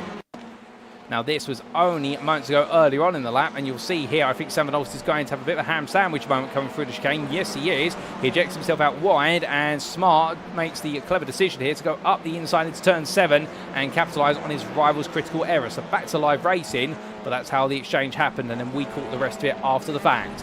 The side drivers now make the way on around lap number 13. Over half the race distance already complete. Even with the safety car, we're going to comfortably get 23 laps in here. And as a change, well, from them, going to your blue prime leader, Phil McDougall, only 7 tenths ahead of Stanley Donaldson, sporting some damage on the front left wheel arch there, where it's caved in around the bodywork, caved in around the wheel of the car, I should say. The CXR Project Black Honda right now hoping to have a happy ending to its visit to Scotland, because it has had a very upsetting day so far here. We will see what comes of it. But as a lock up there from other drivers under braking, that is Dylan Hunter. Dylan Hunter is limping along there, smoke pouring out the car. I'm not quite sure what's happened to Dylan Hunter, but it's ended up in tragedy here. And well, I can tell you one thing, the Adapt Sim Racing drivers had a nightmare day. Wojciech Swierdowicz, meanwhile, he's having a bit of a nightmare here because he's having to deal with a 4-way battle between himself, Alex Meredith, Jamie Dory and Michael Lees. Lewis there, Meredith looking up the inside, but Swierdowicz kept to at bay through Duffer's Dip. In towards McIntyre's they go, and this is Dory trying to go around the outside of Meredith. He's not going to clear Meredith before Butchers, but he does coming out of Butchers there. That's brave from Dory as he puts it up on 2 wheels. He's not giving up his Jamie Dory. He's absolutely flying over the circuit right now. And Michael Lees, the 5th place Orange Prime driver, is just watching this in the wings and thinking, okay, get involved but not too involved because they're not worth any points to you. He's got a comfortable 2-second gap over Nick Clearance, his 6th place runner in the Orange Prime class behind. But here comes Dory battling with Alex Meredith. In fact, Dory's having to give time back there due to the fact he cut too much of the apex curb of the second part of the chicane. That's frustrating because Jamie Dory there demonstrated, that his Elantra can go on 2 wheels just as comfortably as it can on 4. But across that timing line they come, and Jamie Dory there losing 2 places for the price of 1 slowdown penalty, but I'm sure he'll try and get those places back as quickly as he can. Russell Fowler under pressure from Isaac Doble as the 2 Doble brothers there of Isaac and Mikey queue up behind. We jump on board here with Mikey Doble, and well, this is a very different complexion after the win in race number 1. Running in 10th place right now in this race. There's going to be some good points on the board as Isaac Doble at the inside there. Russell Fowler, that's going to be contact, and that's going to give Mikey Doble here all the confidence to make his way through, and there he goes there. So Isaac Doble coming in as a little bit of a proverbial battering ram there, albeit I think Russell Fowler was out of sorts coming out the chicane, and Isaac Doble said, right, I'm going to go for it. Fowler covers off Conrad Kula, who tries to squeeze up the inside, and Fowler trying to stop the flow of places away from him, indeed trying to put the cork back in the proverbial bottle, and just about does so, albeit 2 places have fallen out, but Russell Fowler not losing a 3rd there, and that is going to be important to him because of the fact he wants to make sure he holds on to that 4th place in Orange Pro-Am as comfortably as possible, and also picks up some good overall championship points. but drivers coming down. And from them, we look all the way back down to none other than, I believe, Piotr Jaroslewski, as he fights with Lewis Mason here, the 4th place Blue Am driver, battling with the 5th place Blue Pro driver. Jaroslewski being the Pro driver here as they come over the crest and down through Duffers Dip. No change at the moment. Jaroslewski staying close. A bit of a slide down to braking in the Audi, but this is common. Rearward brake bias at all. And well, from them behind you, I've got the lap down car following them, and that is Mike Barber just watching on the wings here. And Mike Barber right now down in 40th place, a lap down, but still ahead of championship rival Dylan Hunter, who has had repair work done to the car quite recently. And with that fast repair, it's put him back out right behind his rival, and Dylan Hunter right now cannot get a break. I think this is going to be the day where Mike Barber, despite the bad luck that's befallen him, more bad luck has fallen to Dylan Hunter than he's ever had in his sim racing career in a single round of racing. And right now it does mean that in the final 3 rounds of this championship, he's going to have to work even harder if he wants to try and find a way to get back ahead of Barber, because this is going to put a big ding in his aspirations. But coming away from them, Slamir Javosky up the inside there of Stanley Donaldson as Thomas Delaney forces his way through as well. Donaldson has to take the escape road there. He won't be too pleased about the way that's played out, but he doesn't lose any place in Blue Pram, just overall. And well, from them, we come back all the way to the front of the field. And as we do, well, here's your 2 race leaders, Adam Delmont and Luciano Witvoet. And well, Adam Delmont, who's come all the way through the field to take the lead this race, with a result of what is the reverse grid pole position, and indeed the order of Lex. He was second on the starting grid. Well, Luciano Witvoet is right behind him there, and the World of Racing driver, well, remember, he followed Delmont, well, Delmont followed him through, albeit the 2 drivers started far up the order, but Witvoet had to make a bit more ground by comparison. But neither one has success ballast in the car, so this is going to be a showdown of the 2 drivers and their machines, and that is going to be the story between them. With Gavin Gardner, meanwhile, he's got Kieran Smart up his inside here for 3rd place overall. He's going to run out a little bit wide there, so Kieran Smart will take 3rd place overall, and the orange Pram leader continues to move forward as we see a car parked up down the side of the road. I'm not quite sure who that was there. I think it's one of the Iris Esports cars backing off there after a bit of a mistake. I can try and confirm that where I can, but as the drivers make the way up towards turn number 1, well, we still do have another 5 laps to go, but Adam Delmont and Luciano Witvoet locking horns, and Kieran Smart is running away from Gavin Gardner. But from them, as these drivers continue to push onwards, well, Delmont versus Witvoet, it's still ever close, as we do have a lot of smoke being kicked up there. I think somebody's got it very wrong coming through Butchers, but we'll have to wait and see what exactly has happened there when we can. But Witvoet's still close, but not able to quite make a move as of yet. Alex Meredith very sideways there, as that's Nick Clemens almost losing it coming through the right end of McIntyre's, albeit gets it back together for now, but Matthew Addy will smell blood in the water, and what we can see there in their battle for 6th place in the orange Pram class, Matthew Addy wasting no time looking for a potential move, but the problem is he gets too close at the wrong time, and that was coming through the chicane, as both of them there run out a little bit wide in order to try and maximise those track limits and then some. But with everything that's going on, Thomas Delaney, meanwhile, having a bit of an excursion of battle here with Sean Doby for 2nd place in Blue Am, and that is going to be down inside. No, it all goes wrong for both of them. Delaney just taking too much apex curb, and in the end, going up onto 2 wheels, came down, but as he did, came down and understeered into the path of Sean Doby. And Lewis Mason, I don't think he's going to quite believe his luck, because suddenly he moves up into Blue Am's 2nd place. He's not quite going to make it 3 from 3 unless something befalls Nigel Stock. Not that we wish it would happen, but Lewis Mason right now, this is going to be a triplet of podiums and an absolute monster round of racing. We did say he fancied his chances at Knockhill when we spoke to him last week, well, 2 weeks ago at Silverstone, and right now Lewis Mason definitely absolutely flying around here and enjoying a little bit of good lady luck as well, and the 2 go hand in hand sometimes. But these drivers right now all continue the fight as Adam Delmont goes on to 3 laps on the finish, and he's still got Witvoet looking for the move here, as Witvoet looking around the outside into Duff as we ride on board with your 2nd place driver, keeping in mind that Kieran Smart is 4.5 seconds back, so these 2 can afford to fight. It's not as though they've got the 3rd place man trying to get involved in the battle as they come through turns 3, 4 and 5. Now over the rises they go, Witvoet there taking a lot of apex curb, but you can see both cars very sensitive to those curbs, the raised ones of the chicane, albeit Adam Delmont seems to have found a way to get that Honda to take them quite comfortably compared to the Audi Witvoet, at least that time around. But the Audi now in the part of the lap where it does gain a lot on the straight. Into the braking zone they come then for Taylor's hairpin, and what can Witvoet do this time? How can he get a better exit as he charges the car towards the apex, throws it out the corner, and the gap stays at half a second as they power the way onto the start-finish straight. Penultimate lap now. They go on to lap number 22. The white flag will be waving next time around, but no movement this time. time, as these two tries keep each other as honest as humanly possible.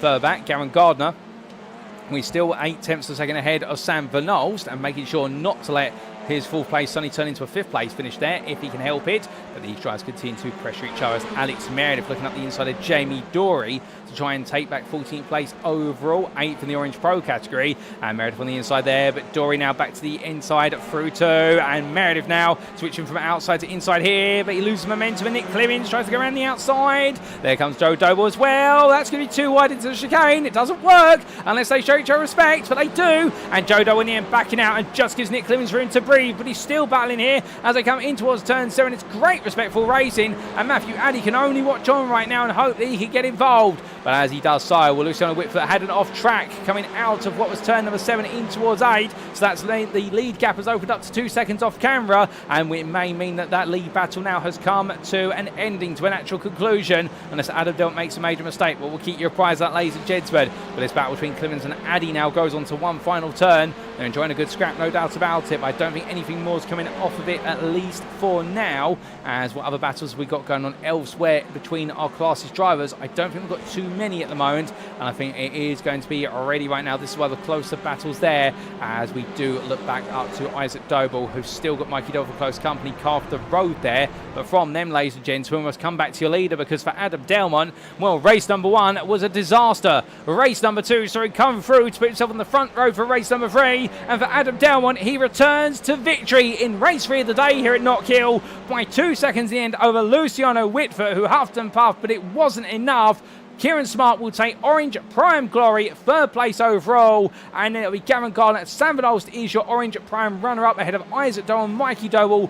Ben Trier makes his way to 3rd place in the Orange Prime podium ahead of your overall winner in blue, and that is Matthew Cheverton. Wojciech Swerdowicz 10th ahead of Conrad Kula. Russell Fowler then comes on through for a great result there, 12th place overall, 4th in Orange Pro-Am. We have to go a bit back before you get to Wayne Douglas, who takes home the runner-up spot in the blue split ahead of Phil McDougall and Ben Bennyworth, but particularly Phil McDougall, who takes Blue Prime honours ahead of Nigel Stock, who kept him honest all the way to the end, and Marcel Fritsch will come through to make it another Orange Am victory there. Well, goodness me, ladies and gentlemen, what a race. 3 seconds clear of Mark Sykes, and Sykes in the end, I think, had to spend more time battling his way past drivers of other classes instead of being able to hunt down Fritsch, and that would have been a bit of a frustrating race for him. Stanley Donaldson makes it another Blue Prime podium there with 33rd on the road, but 2nd place in the Blue Prime class.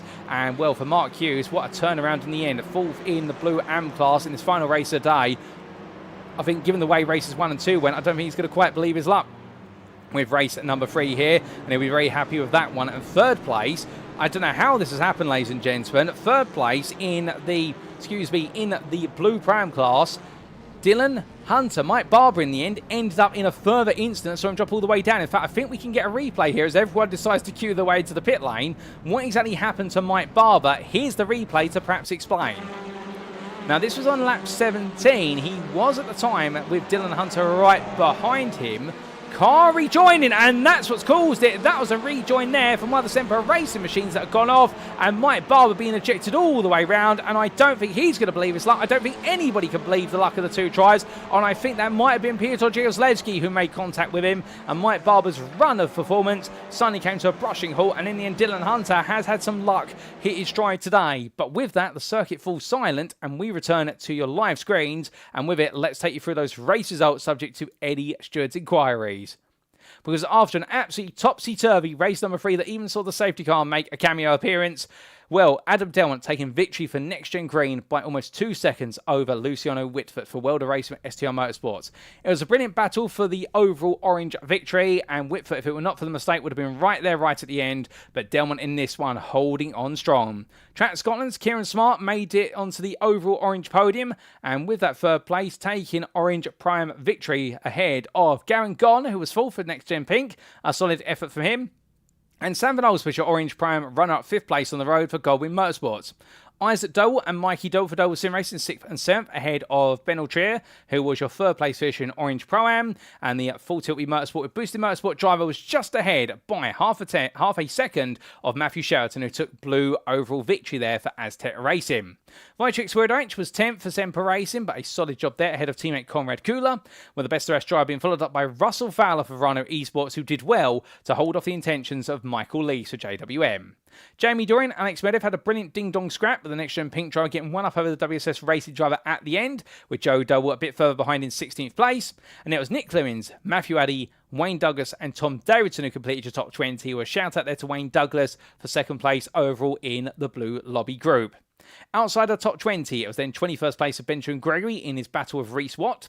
Ben Bennyworth was 3rd place in the overall blue category. The Quatermass Motorsport drive being followed up by the 4th place finisher in the blue lobby, and with it your blue Pro-Am winner, Phil McDougall there for CXR Project Black. Well done to him. I don't think he's quite going to believe it, given the misfortune he had in race 1 and also to a degree in race number 2. Nigel Stock was right behind him at the line by only half a second, and he took blue Am honours there for Crest Autosport in a brilliant drive to the conclusion there for Stock, who came close in race 2 but made it happen at the 3rd time of trying. Slamir Jarvosky was 26th, head of Stuart Wyniss, with Andrew Pike not having a happy day today for the Sim Racing Collective Esports, and therefore we need to regroup ahead of our next round. Lewis Mason couldn't quite make it 3 Blue Am wins out of 3, but takes 3 podiums out of 3, was 2nd place then the Blue Am class for Aztec Racing, ahead of Orange Am winner Marcel Fritsch of Rhino Esports, who did indeed make it 3 out of 3 in his class. Mark Sykes was a close 2nd place for WSS Racing, and then in 32nd it was Thomas Delaney who rounded off your Blue Am podium for NextGen Black, and we had Stanley Donaldson there in the end finishing runner-up in the Blue Pro-Am class for Quatermass Motorsport. GBRC's Mark Hughes took a 34th place there, happy one at the end of the day, and he was the last lead lap finisher. A lap down, Andy Chell, Sean Doby, Dylan Hunter, who I don't think is going to believe he took 3rd place in the end in the Blue Pro-Am class when all was said and done in this race. He was ahead of Andy Aldhouse, Mike Barber and Alan McCain completed your top 40, 3 laps down, but still classified as a finisher. Also classified as a finisher, Lee Horn, and then unfortunately retirements or indeed non-finishes for Piotr Jezlewski, Fraser Ostens and Joe Gibson. So 44 starters, and we did see in the end a grand total of 41 finishers, of which 34 on the lead lap. And that brings to a close our final race of the day here in Scotland at the Knockhill International Racing Circuit. And what a trio of races, ladies and gentlemen. They were completely unpredictable. But the show's not over yet, because of course, coming up in approximately what will be 7 to 8 minutes time, we will have our post-round interviews with our volunteer drivers. Don't go anywhere, because you won't want to miss hearing exactly what our drivers thought about all the racing today in round number 7 of the NXTCC. We'll be back very shortly to find out. We will see you then soon.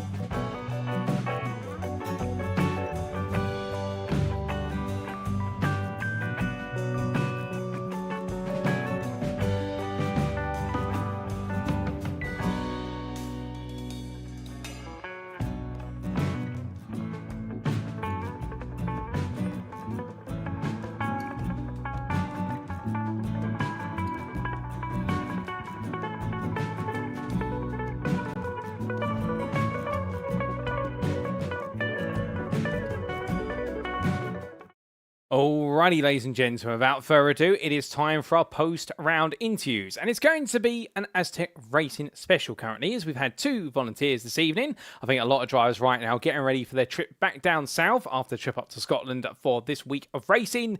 And well, we're going to be hearing from both from the Blue Lobby. Firstly, the AM class driver who almost sought perfection today, but it wasn't quite perfect in race number 3, Lewis Mason, with 2 out of 3 victories, but all 3 podiums. And then we'll be hearing from Matthew Cheverton. Aztec Racing, whose results in the pro class of the Blue Lobby went 5-4-2-1. We're missing a 3 there in terms of continuity, but to be fair, he deserved those results, and we'll ask him all about it in due course. But let's kick off then with none other than Lewis Mason, ladies and gentlemen, as he joins me now in the interview room. Lewis, when we caught up 2 weeks ago, and I asked you the question, were you looking forward to Knockhill? If my memory serves me correctly, your answer was you were excited for it, and that showed immediately in qualifying with an absolutely monstrous pole lap. It was almost perfection today. Not quite in race number 3, but you must be happy with how you've gone. Honestly, I couldn't have thought of anything better going into this. I knew that I was quite fast on my times from the practice yesterday, but honestly, that race 1 and race 2 was mega, and race 3 was also a great comeback. What a mega result, and that pole lap just as good. And in terms of going racing, let's talk a little bit about this Knockhill circuit. What do you think makes this circuit magical for you? Because your pace today was just 1 step ahead of the rest of your competitors. Yeah, I mean, I've heard people in the Honda and I think the Audi as well saying that they were struggling through the chicane. So I think being in the Elantra just helps with being able to take more speed through the chicane, take a different line to other people, kind of cut it a bit more. But yeah, for some reason the Elantra just really worked around Knockhill where it hasn't at other tracks. Well, it's definitely clicked here today, and going into qualifying. Now, of course, we did have the extended qualifying session due to the volume of cars attending the Scottish circuit, but on rather odd numbers, it meant you had to wait some time. But when you went out there, what a lightning quick lap to put yourself on provisional pole for the Blue Am class, and in the end 18th. I think the nearest driver in your class 2 you coming out of qualifying. Beyond that, I think we had to go a long way down the order to Thomas Delaney all the way down in 25th. I mean, did you expect to have that much of a margin in qualifying? Yeah, I mean, the practice session before qualifying I did an even quicker lap, so I knew that I had the pace, but it was all about just hooking that lap up. Obviously being the second lot out on track meant that if any of the first lot flicked up gravel on the racing line or whatever, we were going to have a dirtier track. But it also helped with Nigel going first. I'm just constantly using him as my pinpoint, so with Nigel going first I was able to see what lap he did and then try and base my pace off of him and see whether I can just beat him. Well, a very tactical way of approaching qualifying. I absolutely love it. And in the end, you did beat your rivals to that pole position. And going into race number 1, you finished where you started in the end, finishing in 18th place. I mean, well, it wasn't a lonely race number 1 for you, because you might have been lacking rivals in the Blue Am class around you, but you got to have a lot of fun with primes and even some pros.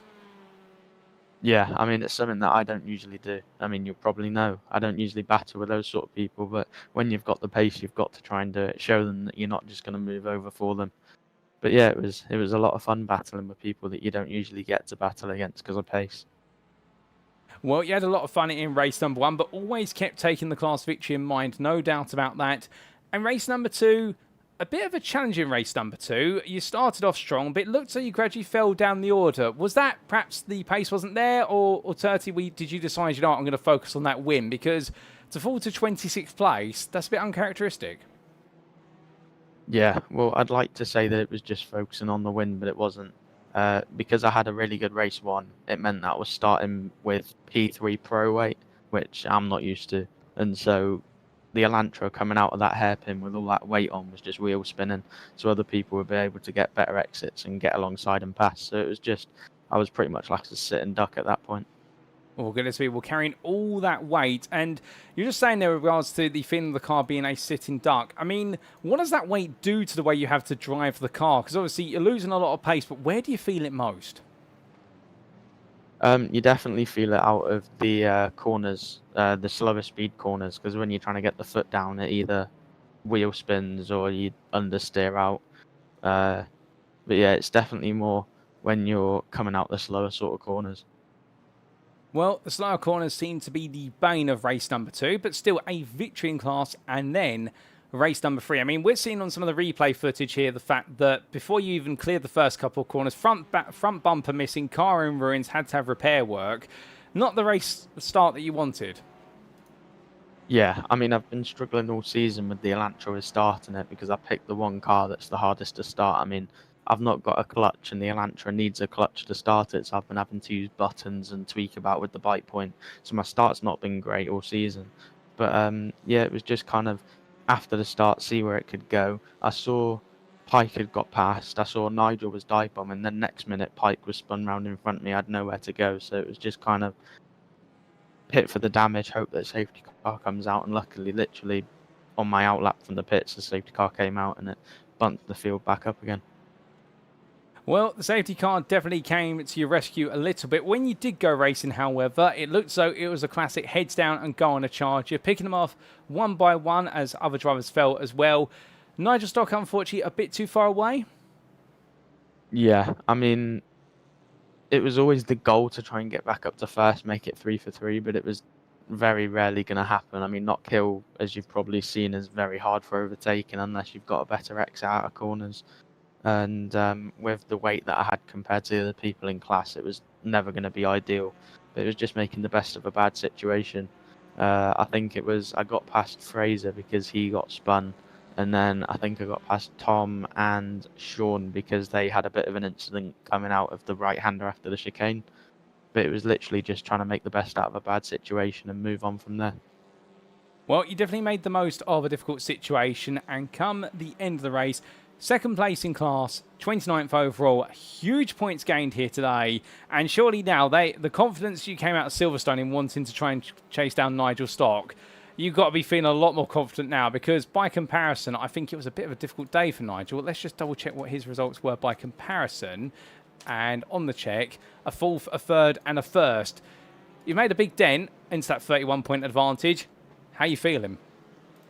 Obviously, we're into the business end of the season now, not many rounds left. So it's honestly just every race, seeing if I can beat him. That's the main priority, seeing if I can beat him. And then after that, see where he's finished. If he's finished lower than second, then it's better.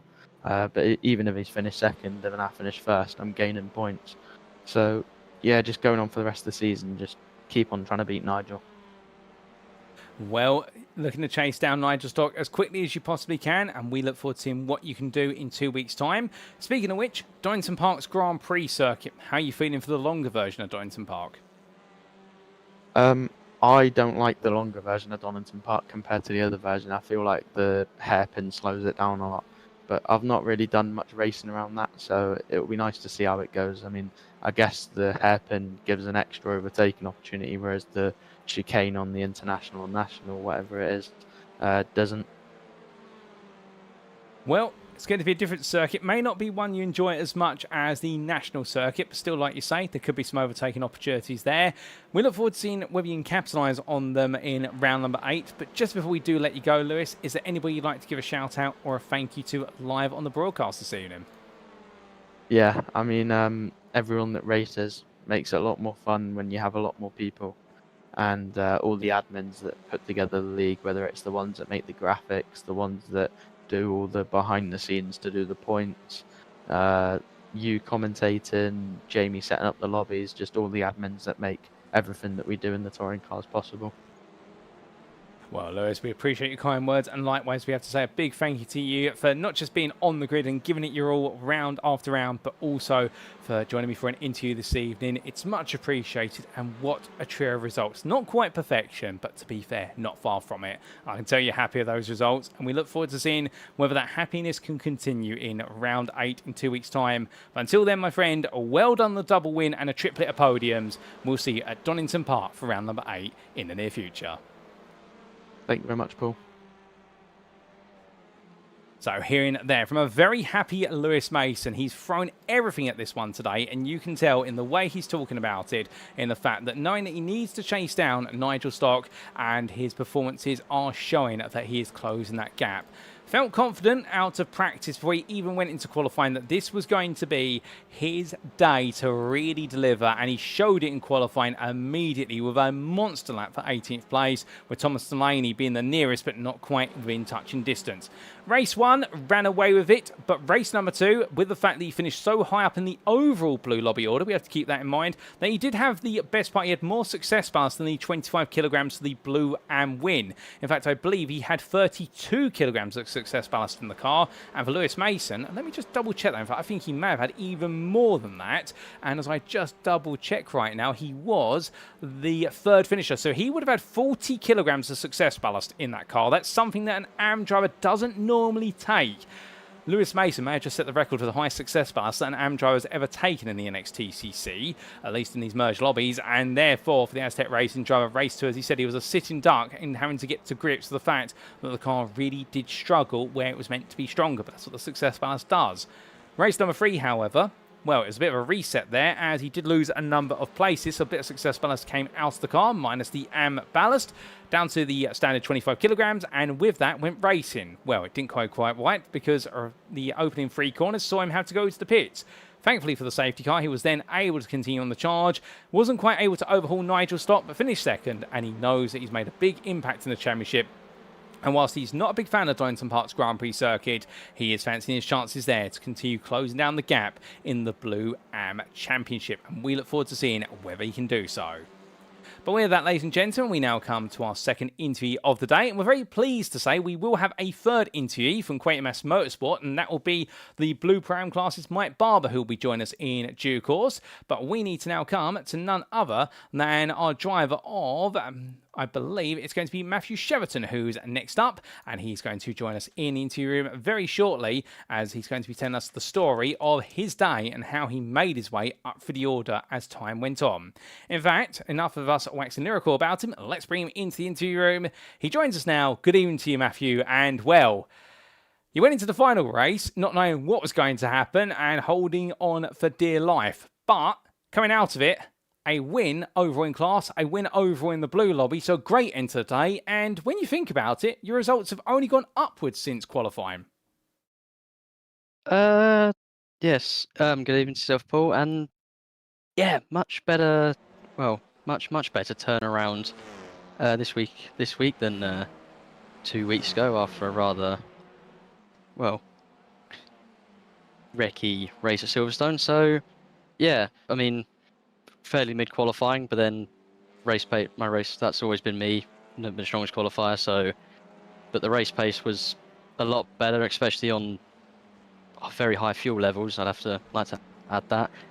And then yeah, we had the little race 3, got lucky with the reverse grid and had a little special race 3. You know, gave them all a good run for money for a handful of laps, and then, you know, they eventually got the better of me, but still a win. It's a win in class, lobby, and yeah, a win is a win.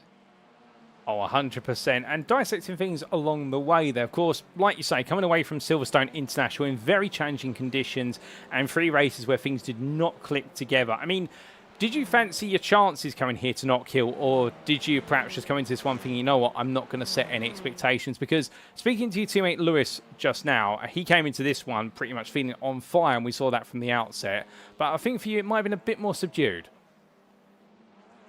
Yeah, I mean, any bad round puts a damper. I mean, especially last one, you know, we'd spent half a year, we'd worked our way up to, I think, was a 90-point lead and the double digits in race wins, including a three-peat at Snetterton. So, you know, when you end up going from something like that to, I think, what was 4 wrecks in 3 races, yeah, it's a bit of a mental reset and a challenge. So, and like I say, especially with Knockhill, I mean, very small track, very thin track, and 50 cars on what is a 50-second lap. That it's quite chaotic. So, I mean, I think that's why expectations were hopefully something good come out of it, but be prepared, you might end up in a wall. Well, completely understandable and appreciate you being candid there, but low expectations then, and it can only get better. Qualifying 33rd overall, 5th in the class. Something tells me that perhaps in qualifying things didn't click together as much as you would like them to. Yeah, I mean, well, yes and no. I mean, was maybe a bit annoying it was a bit down the order, because splitting the qualifying up into groups was sort of my suggestion come. Well, not the whole format, but I sort of suggested to the team managers and the admins, is it maybe worth splitting this up just to avoid any chaos? And obviously that was the way. Being an even number, 390, we went out first on a rather green track, shall we say? So I don't think it wasn't rubbered in, grip wasn't there, and I think pace-wise as well. I mean, back in sort of regular seasons when we were all together as one lobby, one classes, I was always a mid-tier pro-am, maybe with occasional moments of brilliance in the upper ends. So qualifying these situations, you got that sort of pace. However, it's sort of mid-tier pro-amish with a full tank of gas. So it's like doing what you're normally doing, but dragging a house with you, towing a house on the back. So yeah, it's sort of standard pace and then being hindered. But like I say, I'm always pretty naff at quali, so I'll just do all my stuff in the race.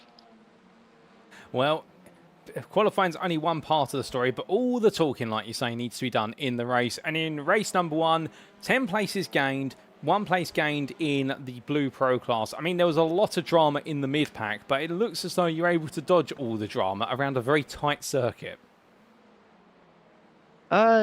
Yeah, I mean, wow, 10 place gain. I didn't even realise, to be fair. I had targets. Obviously, I had Saramir, I had Ben. So I was sort of focusing on that, and then, well, I wasn't really paying attention to the rest, but if it was 10 place, that's mega. Spent maybe way too long looking at the back of that Ben's quartermass rear bumper. Kept trying, kept looking at moves, then just kept making silly mistakes. The track limits, especially the off-track track limits, are very, well, they're very harsh, I'd say. I think certain lines that maybe the IRL BCC drivers would take, you can't get away with here, so that would always set me back. And then we had cars from the other lobby trying to make their way by as well, trying to do their own race, so it was a bit difficult. Maybe didn't make as much progress in my lobby as I wanted, but I got by who is technically my main championship rival. He's second in the points, so I score more than him, so that's always good. Oh, indeed. And we'll talk a little bit more about points in due course. Race number 2, of a good race 1, and race number 2 only got better. Second in the classification there, 18th, and a good chance of being in with a shot of a reverse grid slot. Did you feel happy coming away from race number 2? Yeah, that was a lot better. I mean, I knew we'd have an advantage, like weights obviously all shifted around. The guys ahead were heavier, I was much lighter, so I could sort of get the car in a bit better than obviously the rest, and maybe get a bit more airborne at the hill chicane. And then yeah, use that less weight to effect, getting on the brakes, getting through the corners. All right, it could have been, we got a bit dicey, I will concede. Could have been a tiny bit better, but I guess that is sort of tin top racing, touring car racing, whatever you want to call it. You know, I don't think it can ever be fully clean. I mean, looking at Ash starting to Croft last weekend on race 3 with a rather intriguing move. But yeah, we got by everyone. Obviously, Wayne was gone, disappeared, another dimension. There was no way we was getting him. So I think in that situation, second was the best we can get, and we got it. And then I lost track of the laps. I let Delmont by, and then turns out it was the white flag, got the line, and then finished P18, which obviously played into my favour. Oh, it did indeed. And then coming on to race number 3, an absolutely brilliant result in the third and final race of the day. Like you said earlier, it couldn't quite hold on compared to some of your orange counterparts who gradually found their way through. But something tells me that you enjoyed the racing out there, but in the back of your mind it was, you know what, don't throw away what is practically a guaranteed win here. Yeah, I mean, it's a weird situation because obviously you're starting pole, but you're all different lobbies. So part of me wants to, like, I want to scrap them. I want, get another overall win. I've done it once before, years ago at Zeggy.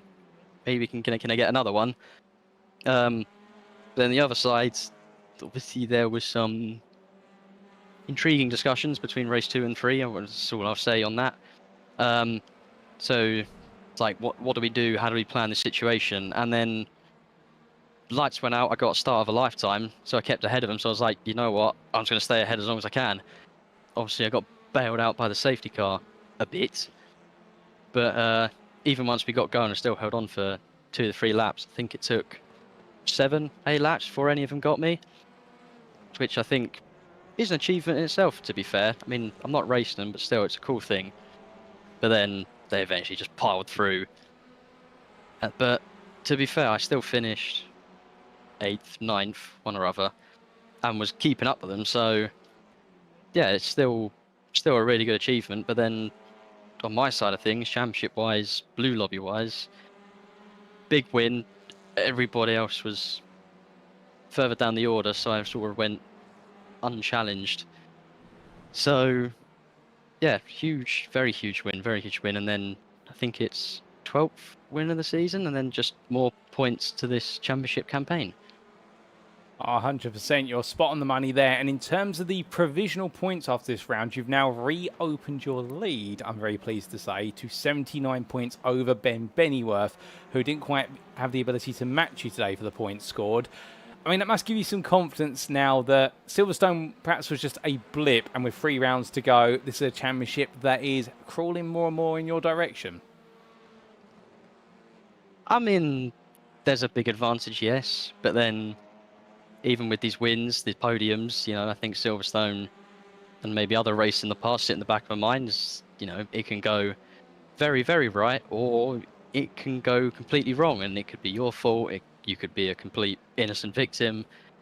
So having a 79-point lead or a 79-80 lead is good. I think it allows maybe a bit of room for error, especially. But I think as well, sometimes I think I misunderstood because, like I say, I was a bit down and out after Silverstone, and I thought this huge lead was fully gone. But then points turned up, and I still had quite a gap. So it's like, oh, okay, it wasn't that bad. So yeah, we've got 3-4 more rounds left, so 9 to 12 races. So anything can happen. But I think those tracks I'm a bit better at, especially Brands Grand Prix, home turf. So yeah, we could be on for something mega here. We definitely could be on for something. Well, it could be something mega, like you say, and we'll only find out as the rounds gradually trickle away.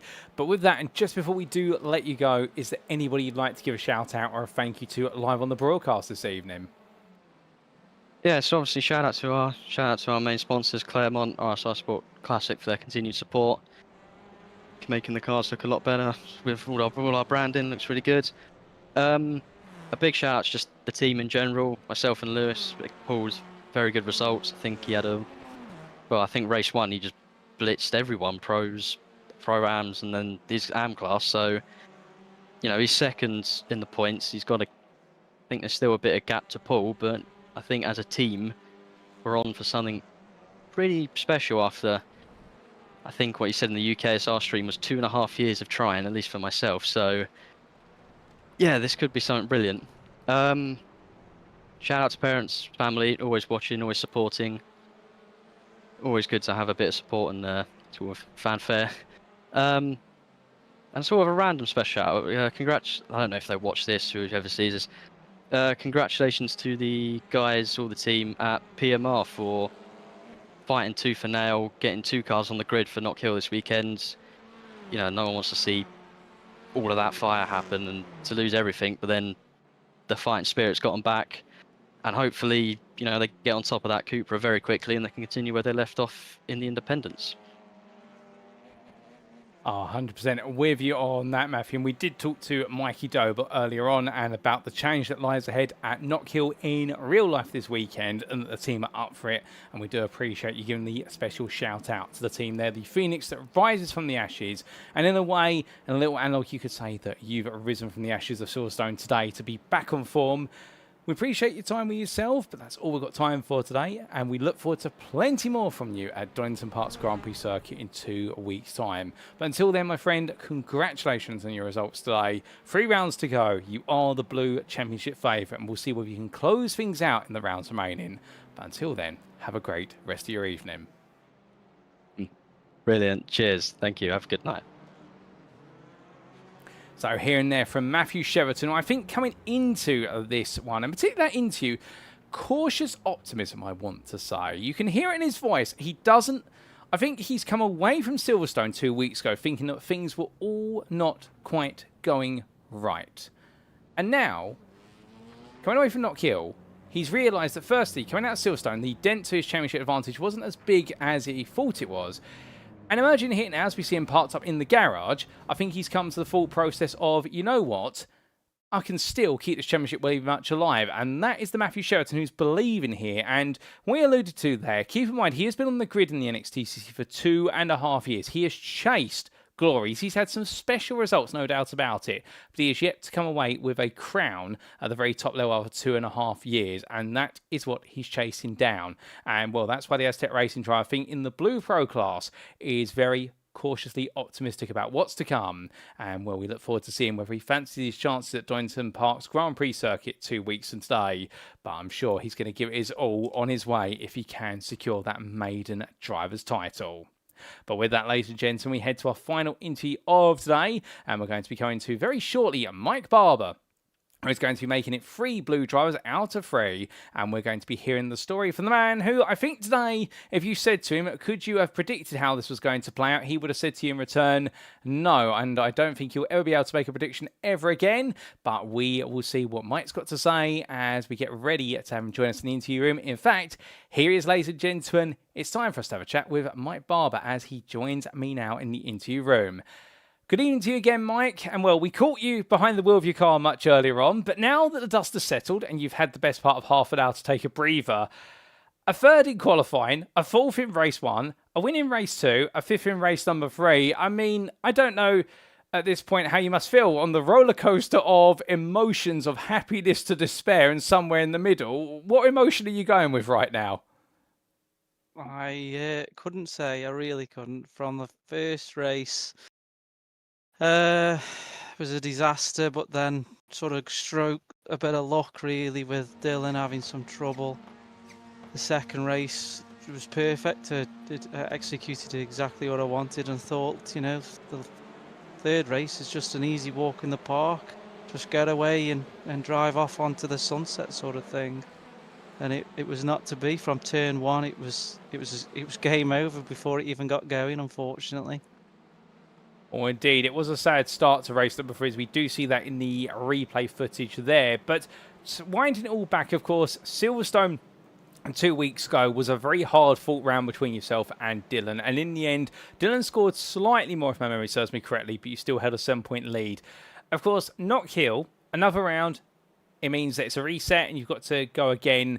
And coming into this round, how are you feeling for this circuit? Because I know Knockhill's one of those circuits that some love it, some don't like it, and some find themselves in between. This is my first year of driving the TCR. I bought this not long ago. Knockhill was also the first track I drove the TCR round. So I didn't know what to expect, to be honest, tonight. It's quite a difficult track. Once you saw how close everyone was as well in the lobby, I was, you know, it was very impressive. Literally tenths of hundredths was counting. So, and when I saw Dylan in front of me in quali, I thought, oh, it's just gonna have to be a night to just try my best to keep the points down. I didn't really think I'd be ahead of him at any point. But like you said, we've had this roller coaster night where we've somehow I'm ahead again. I've gained some points on him, which I've got no idea. Tonight when I go sleep, I'll have no idea how it's happened.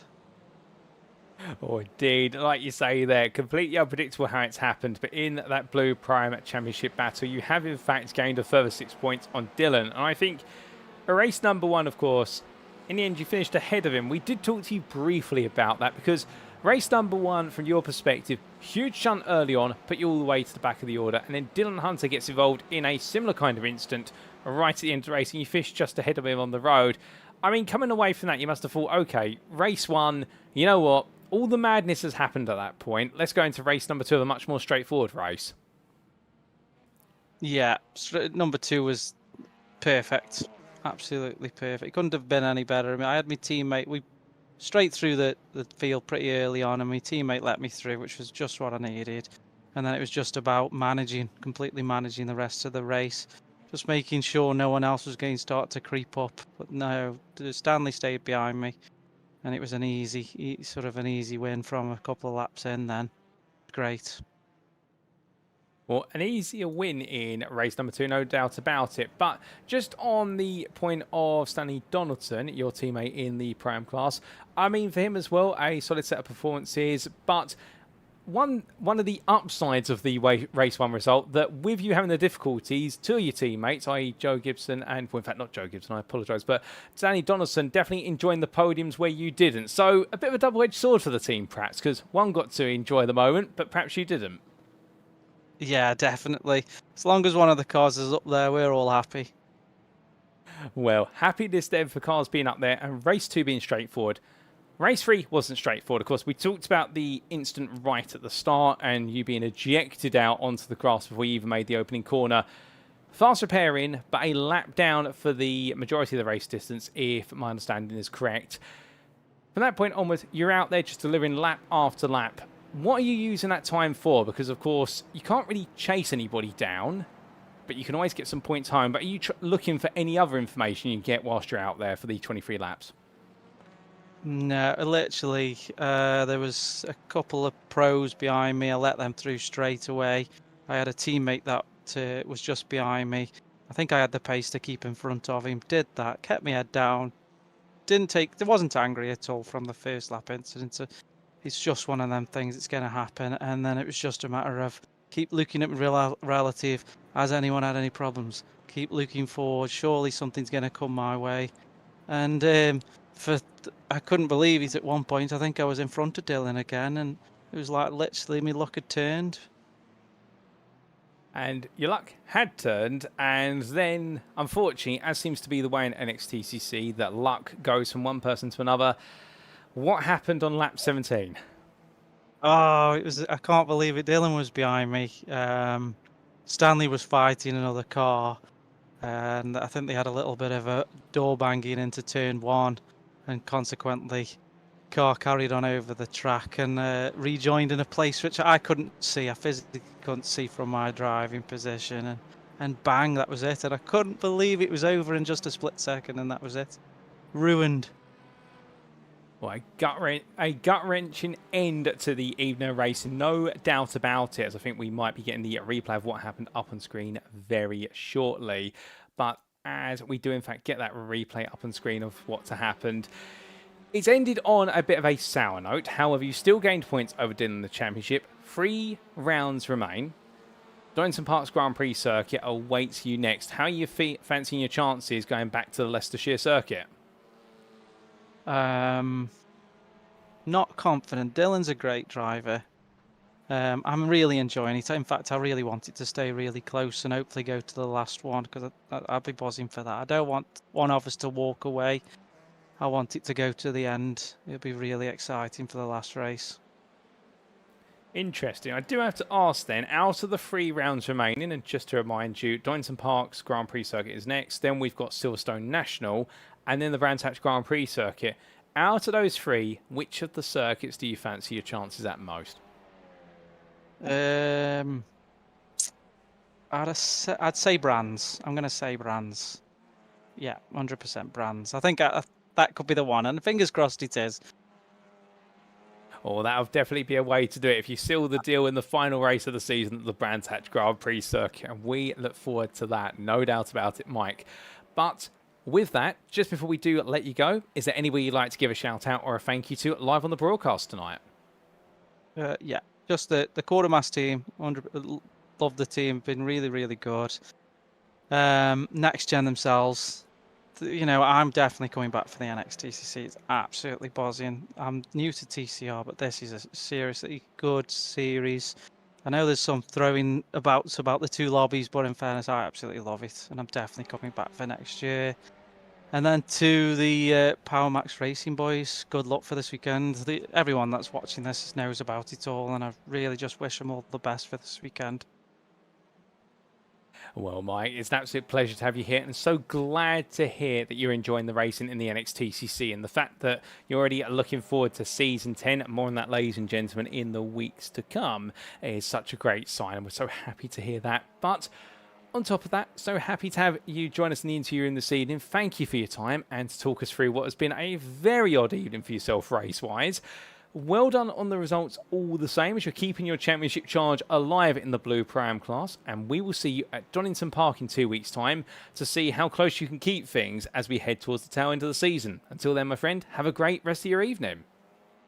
Thank you very much. Night, guys. So hearing it there, ladies and gentlemen, from Mike Barber for Quatermass Motorsport, a very interesting perspective on this evening for Mike, it must be said. Not quite perhaps as confident as some drivers have come across, but what I like about the way he's approaching this is he's taking it in his stride, new to the grid, first time racing these touring car racing machines, and first time in the NXTCC.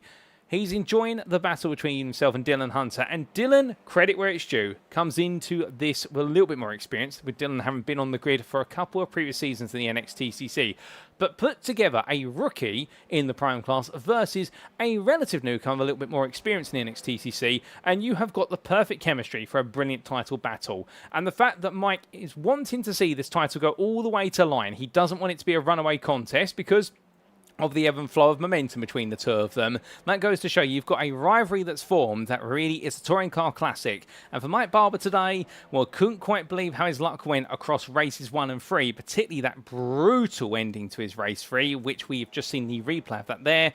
But a classic drive to victory in race number 2. So it's not all bad, but definitely I think this is a round he's walking away from. And as he said there, he's probably going to lose a bit of sleep tonight trying to understand how he beat Dylan in race number 1, given the way everything went and how his race came undone. But still for Mike Barber, 2 weeks from now, he'll be back with a focus on Donington Park's Grand Prix circuit and seeing whether he can maintain that championship lead. And we look forward to seeing him try. But with that, ladies and gentlemen, that brings all of our interviews to an end. And a big thank you to our 3 interviews from this evening. Blue lobby drivers once again. These blue drivers, we do love to talk to them, and it's always great to hear from them. We heard firstly from Lewis Mason from Aztec Racing in the Blue AM class. We then heard from the Blue Pro Class driver, fellow Aztec Racing driver Matthew Cheverton. And just now, we have heard from the Blue Prime driver from Quatermass Motorsport, Mike Barber. Congratulations to all 3 of them for their performances over the course of this round. We look forward to more at Donington Park, and a big thank you to them all for joining me in the interview room.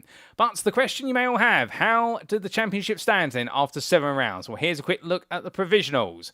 We start with the Orange Overall Drivers' Championship and Mikey Doble with a very strong set of results today. Pulls clear of Luciano Witvoet, whose drama in races 1 and 2 in particular, particularly race 1 in fact, means that he falls to 29 points behind. But know that Mikey Doble will not be taking anything for granted, because each and every round of the championship is a unique story of its own.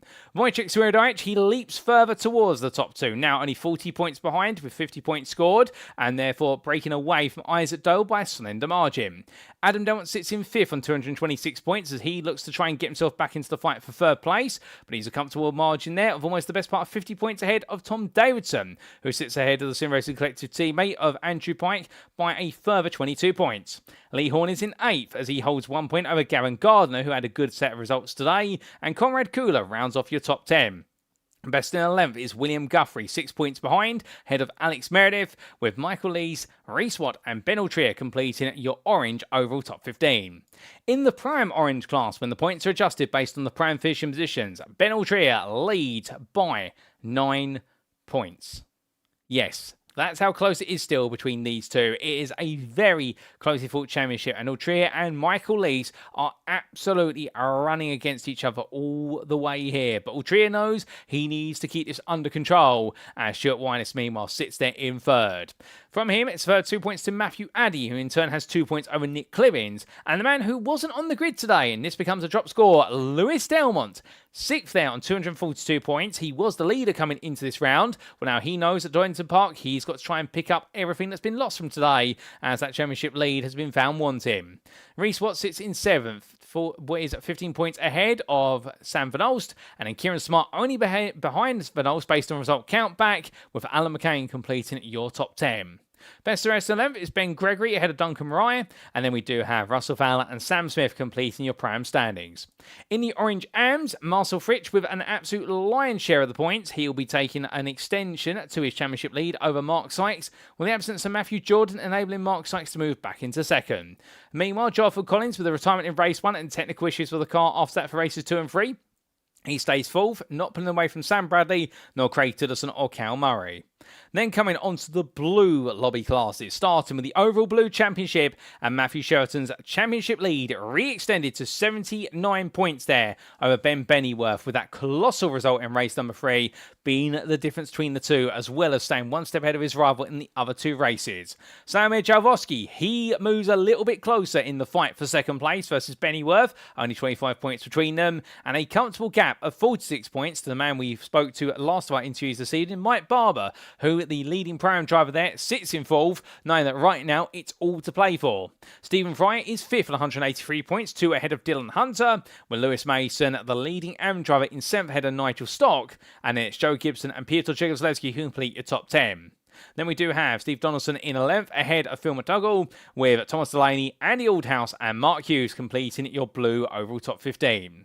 Adjust the points to the Pro-Ams, and in the Pro-Am Championship for the Blues, we see Mike Barber now holds a 13-point swing over Dylan Hunter, but then again, Hunter got the gap down to 7 points. Now he's got to do a little bit more to bring the gap down once again. Joe Gibson, meanwhile, sits in 3rd, and well, he seems to be breaking away from the rest of the field, but Andy Aldhouse would say the otherwise, as he has gained 17 points in his rival, but needs to gain more. Aldhouse is breaking away to an extent from Phil McDougall and none other than Stanley Donaldson, but keep in mind there, that battle for 4th place is well and truly on.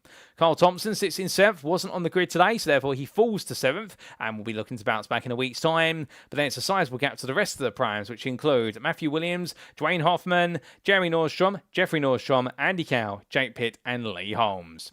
As for your AM Blue Championship, well, Nigel Stock, he sits on 371 points to 347 of Lewis Mason, but another 7 points goes the way of Lewis Mason. He gradually whittles that gap down.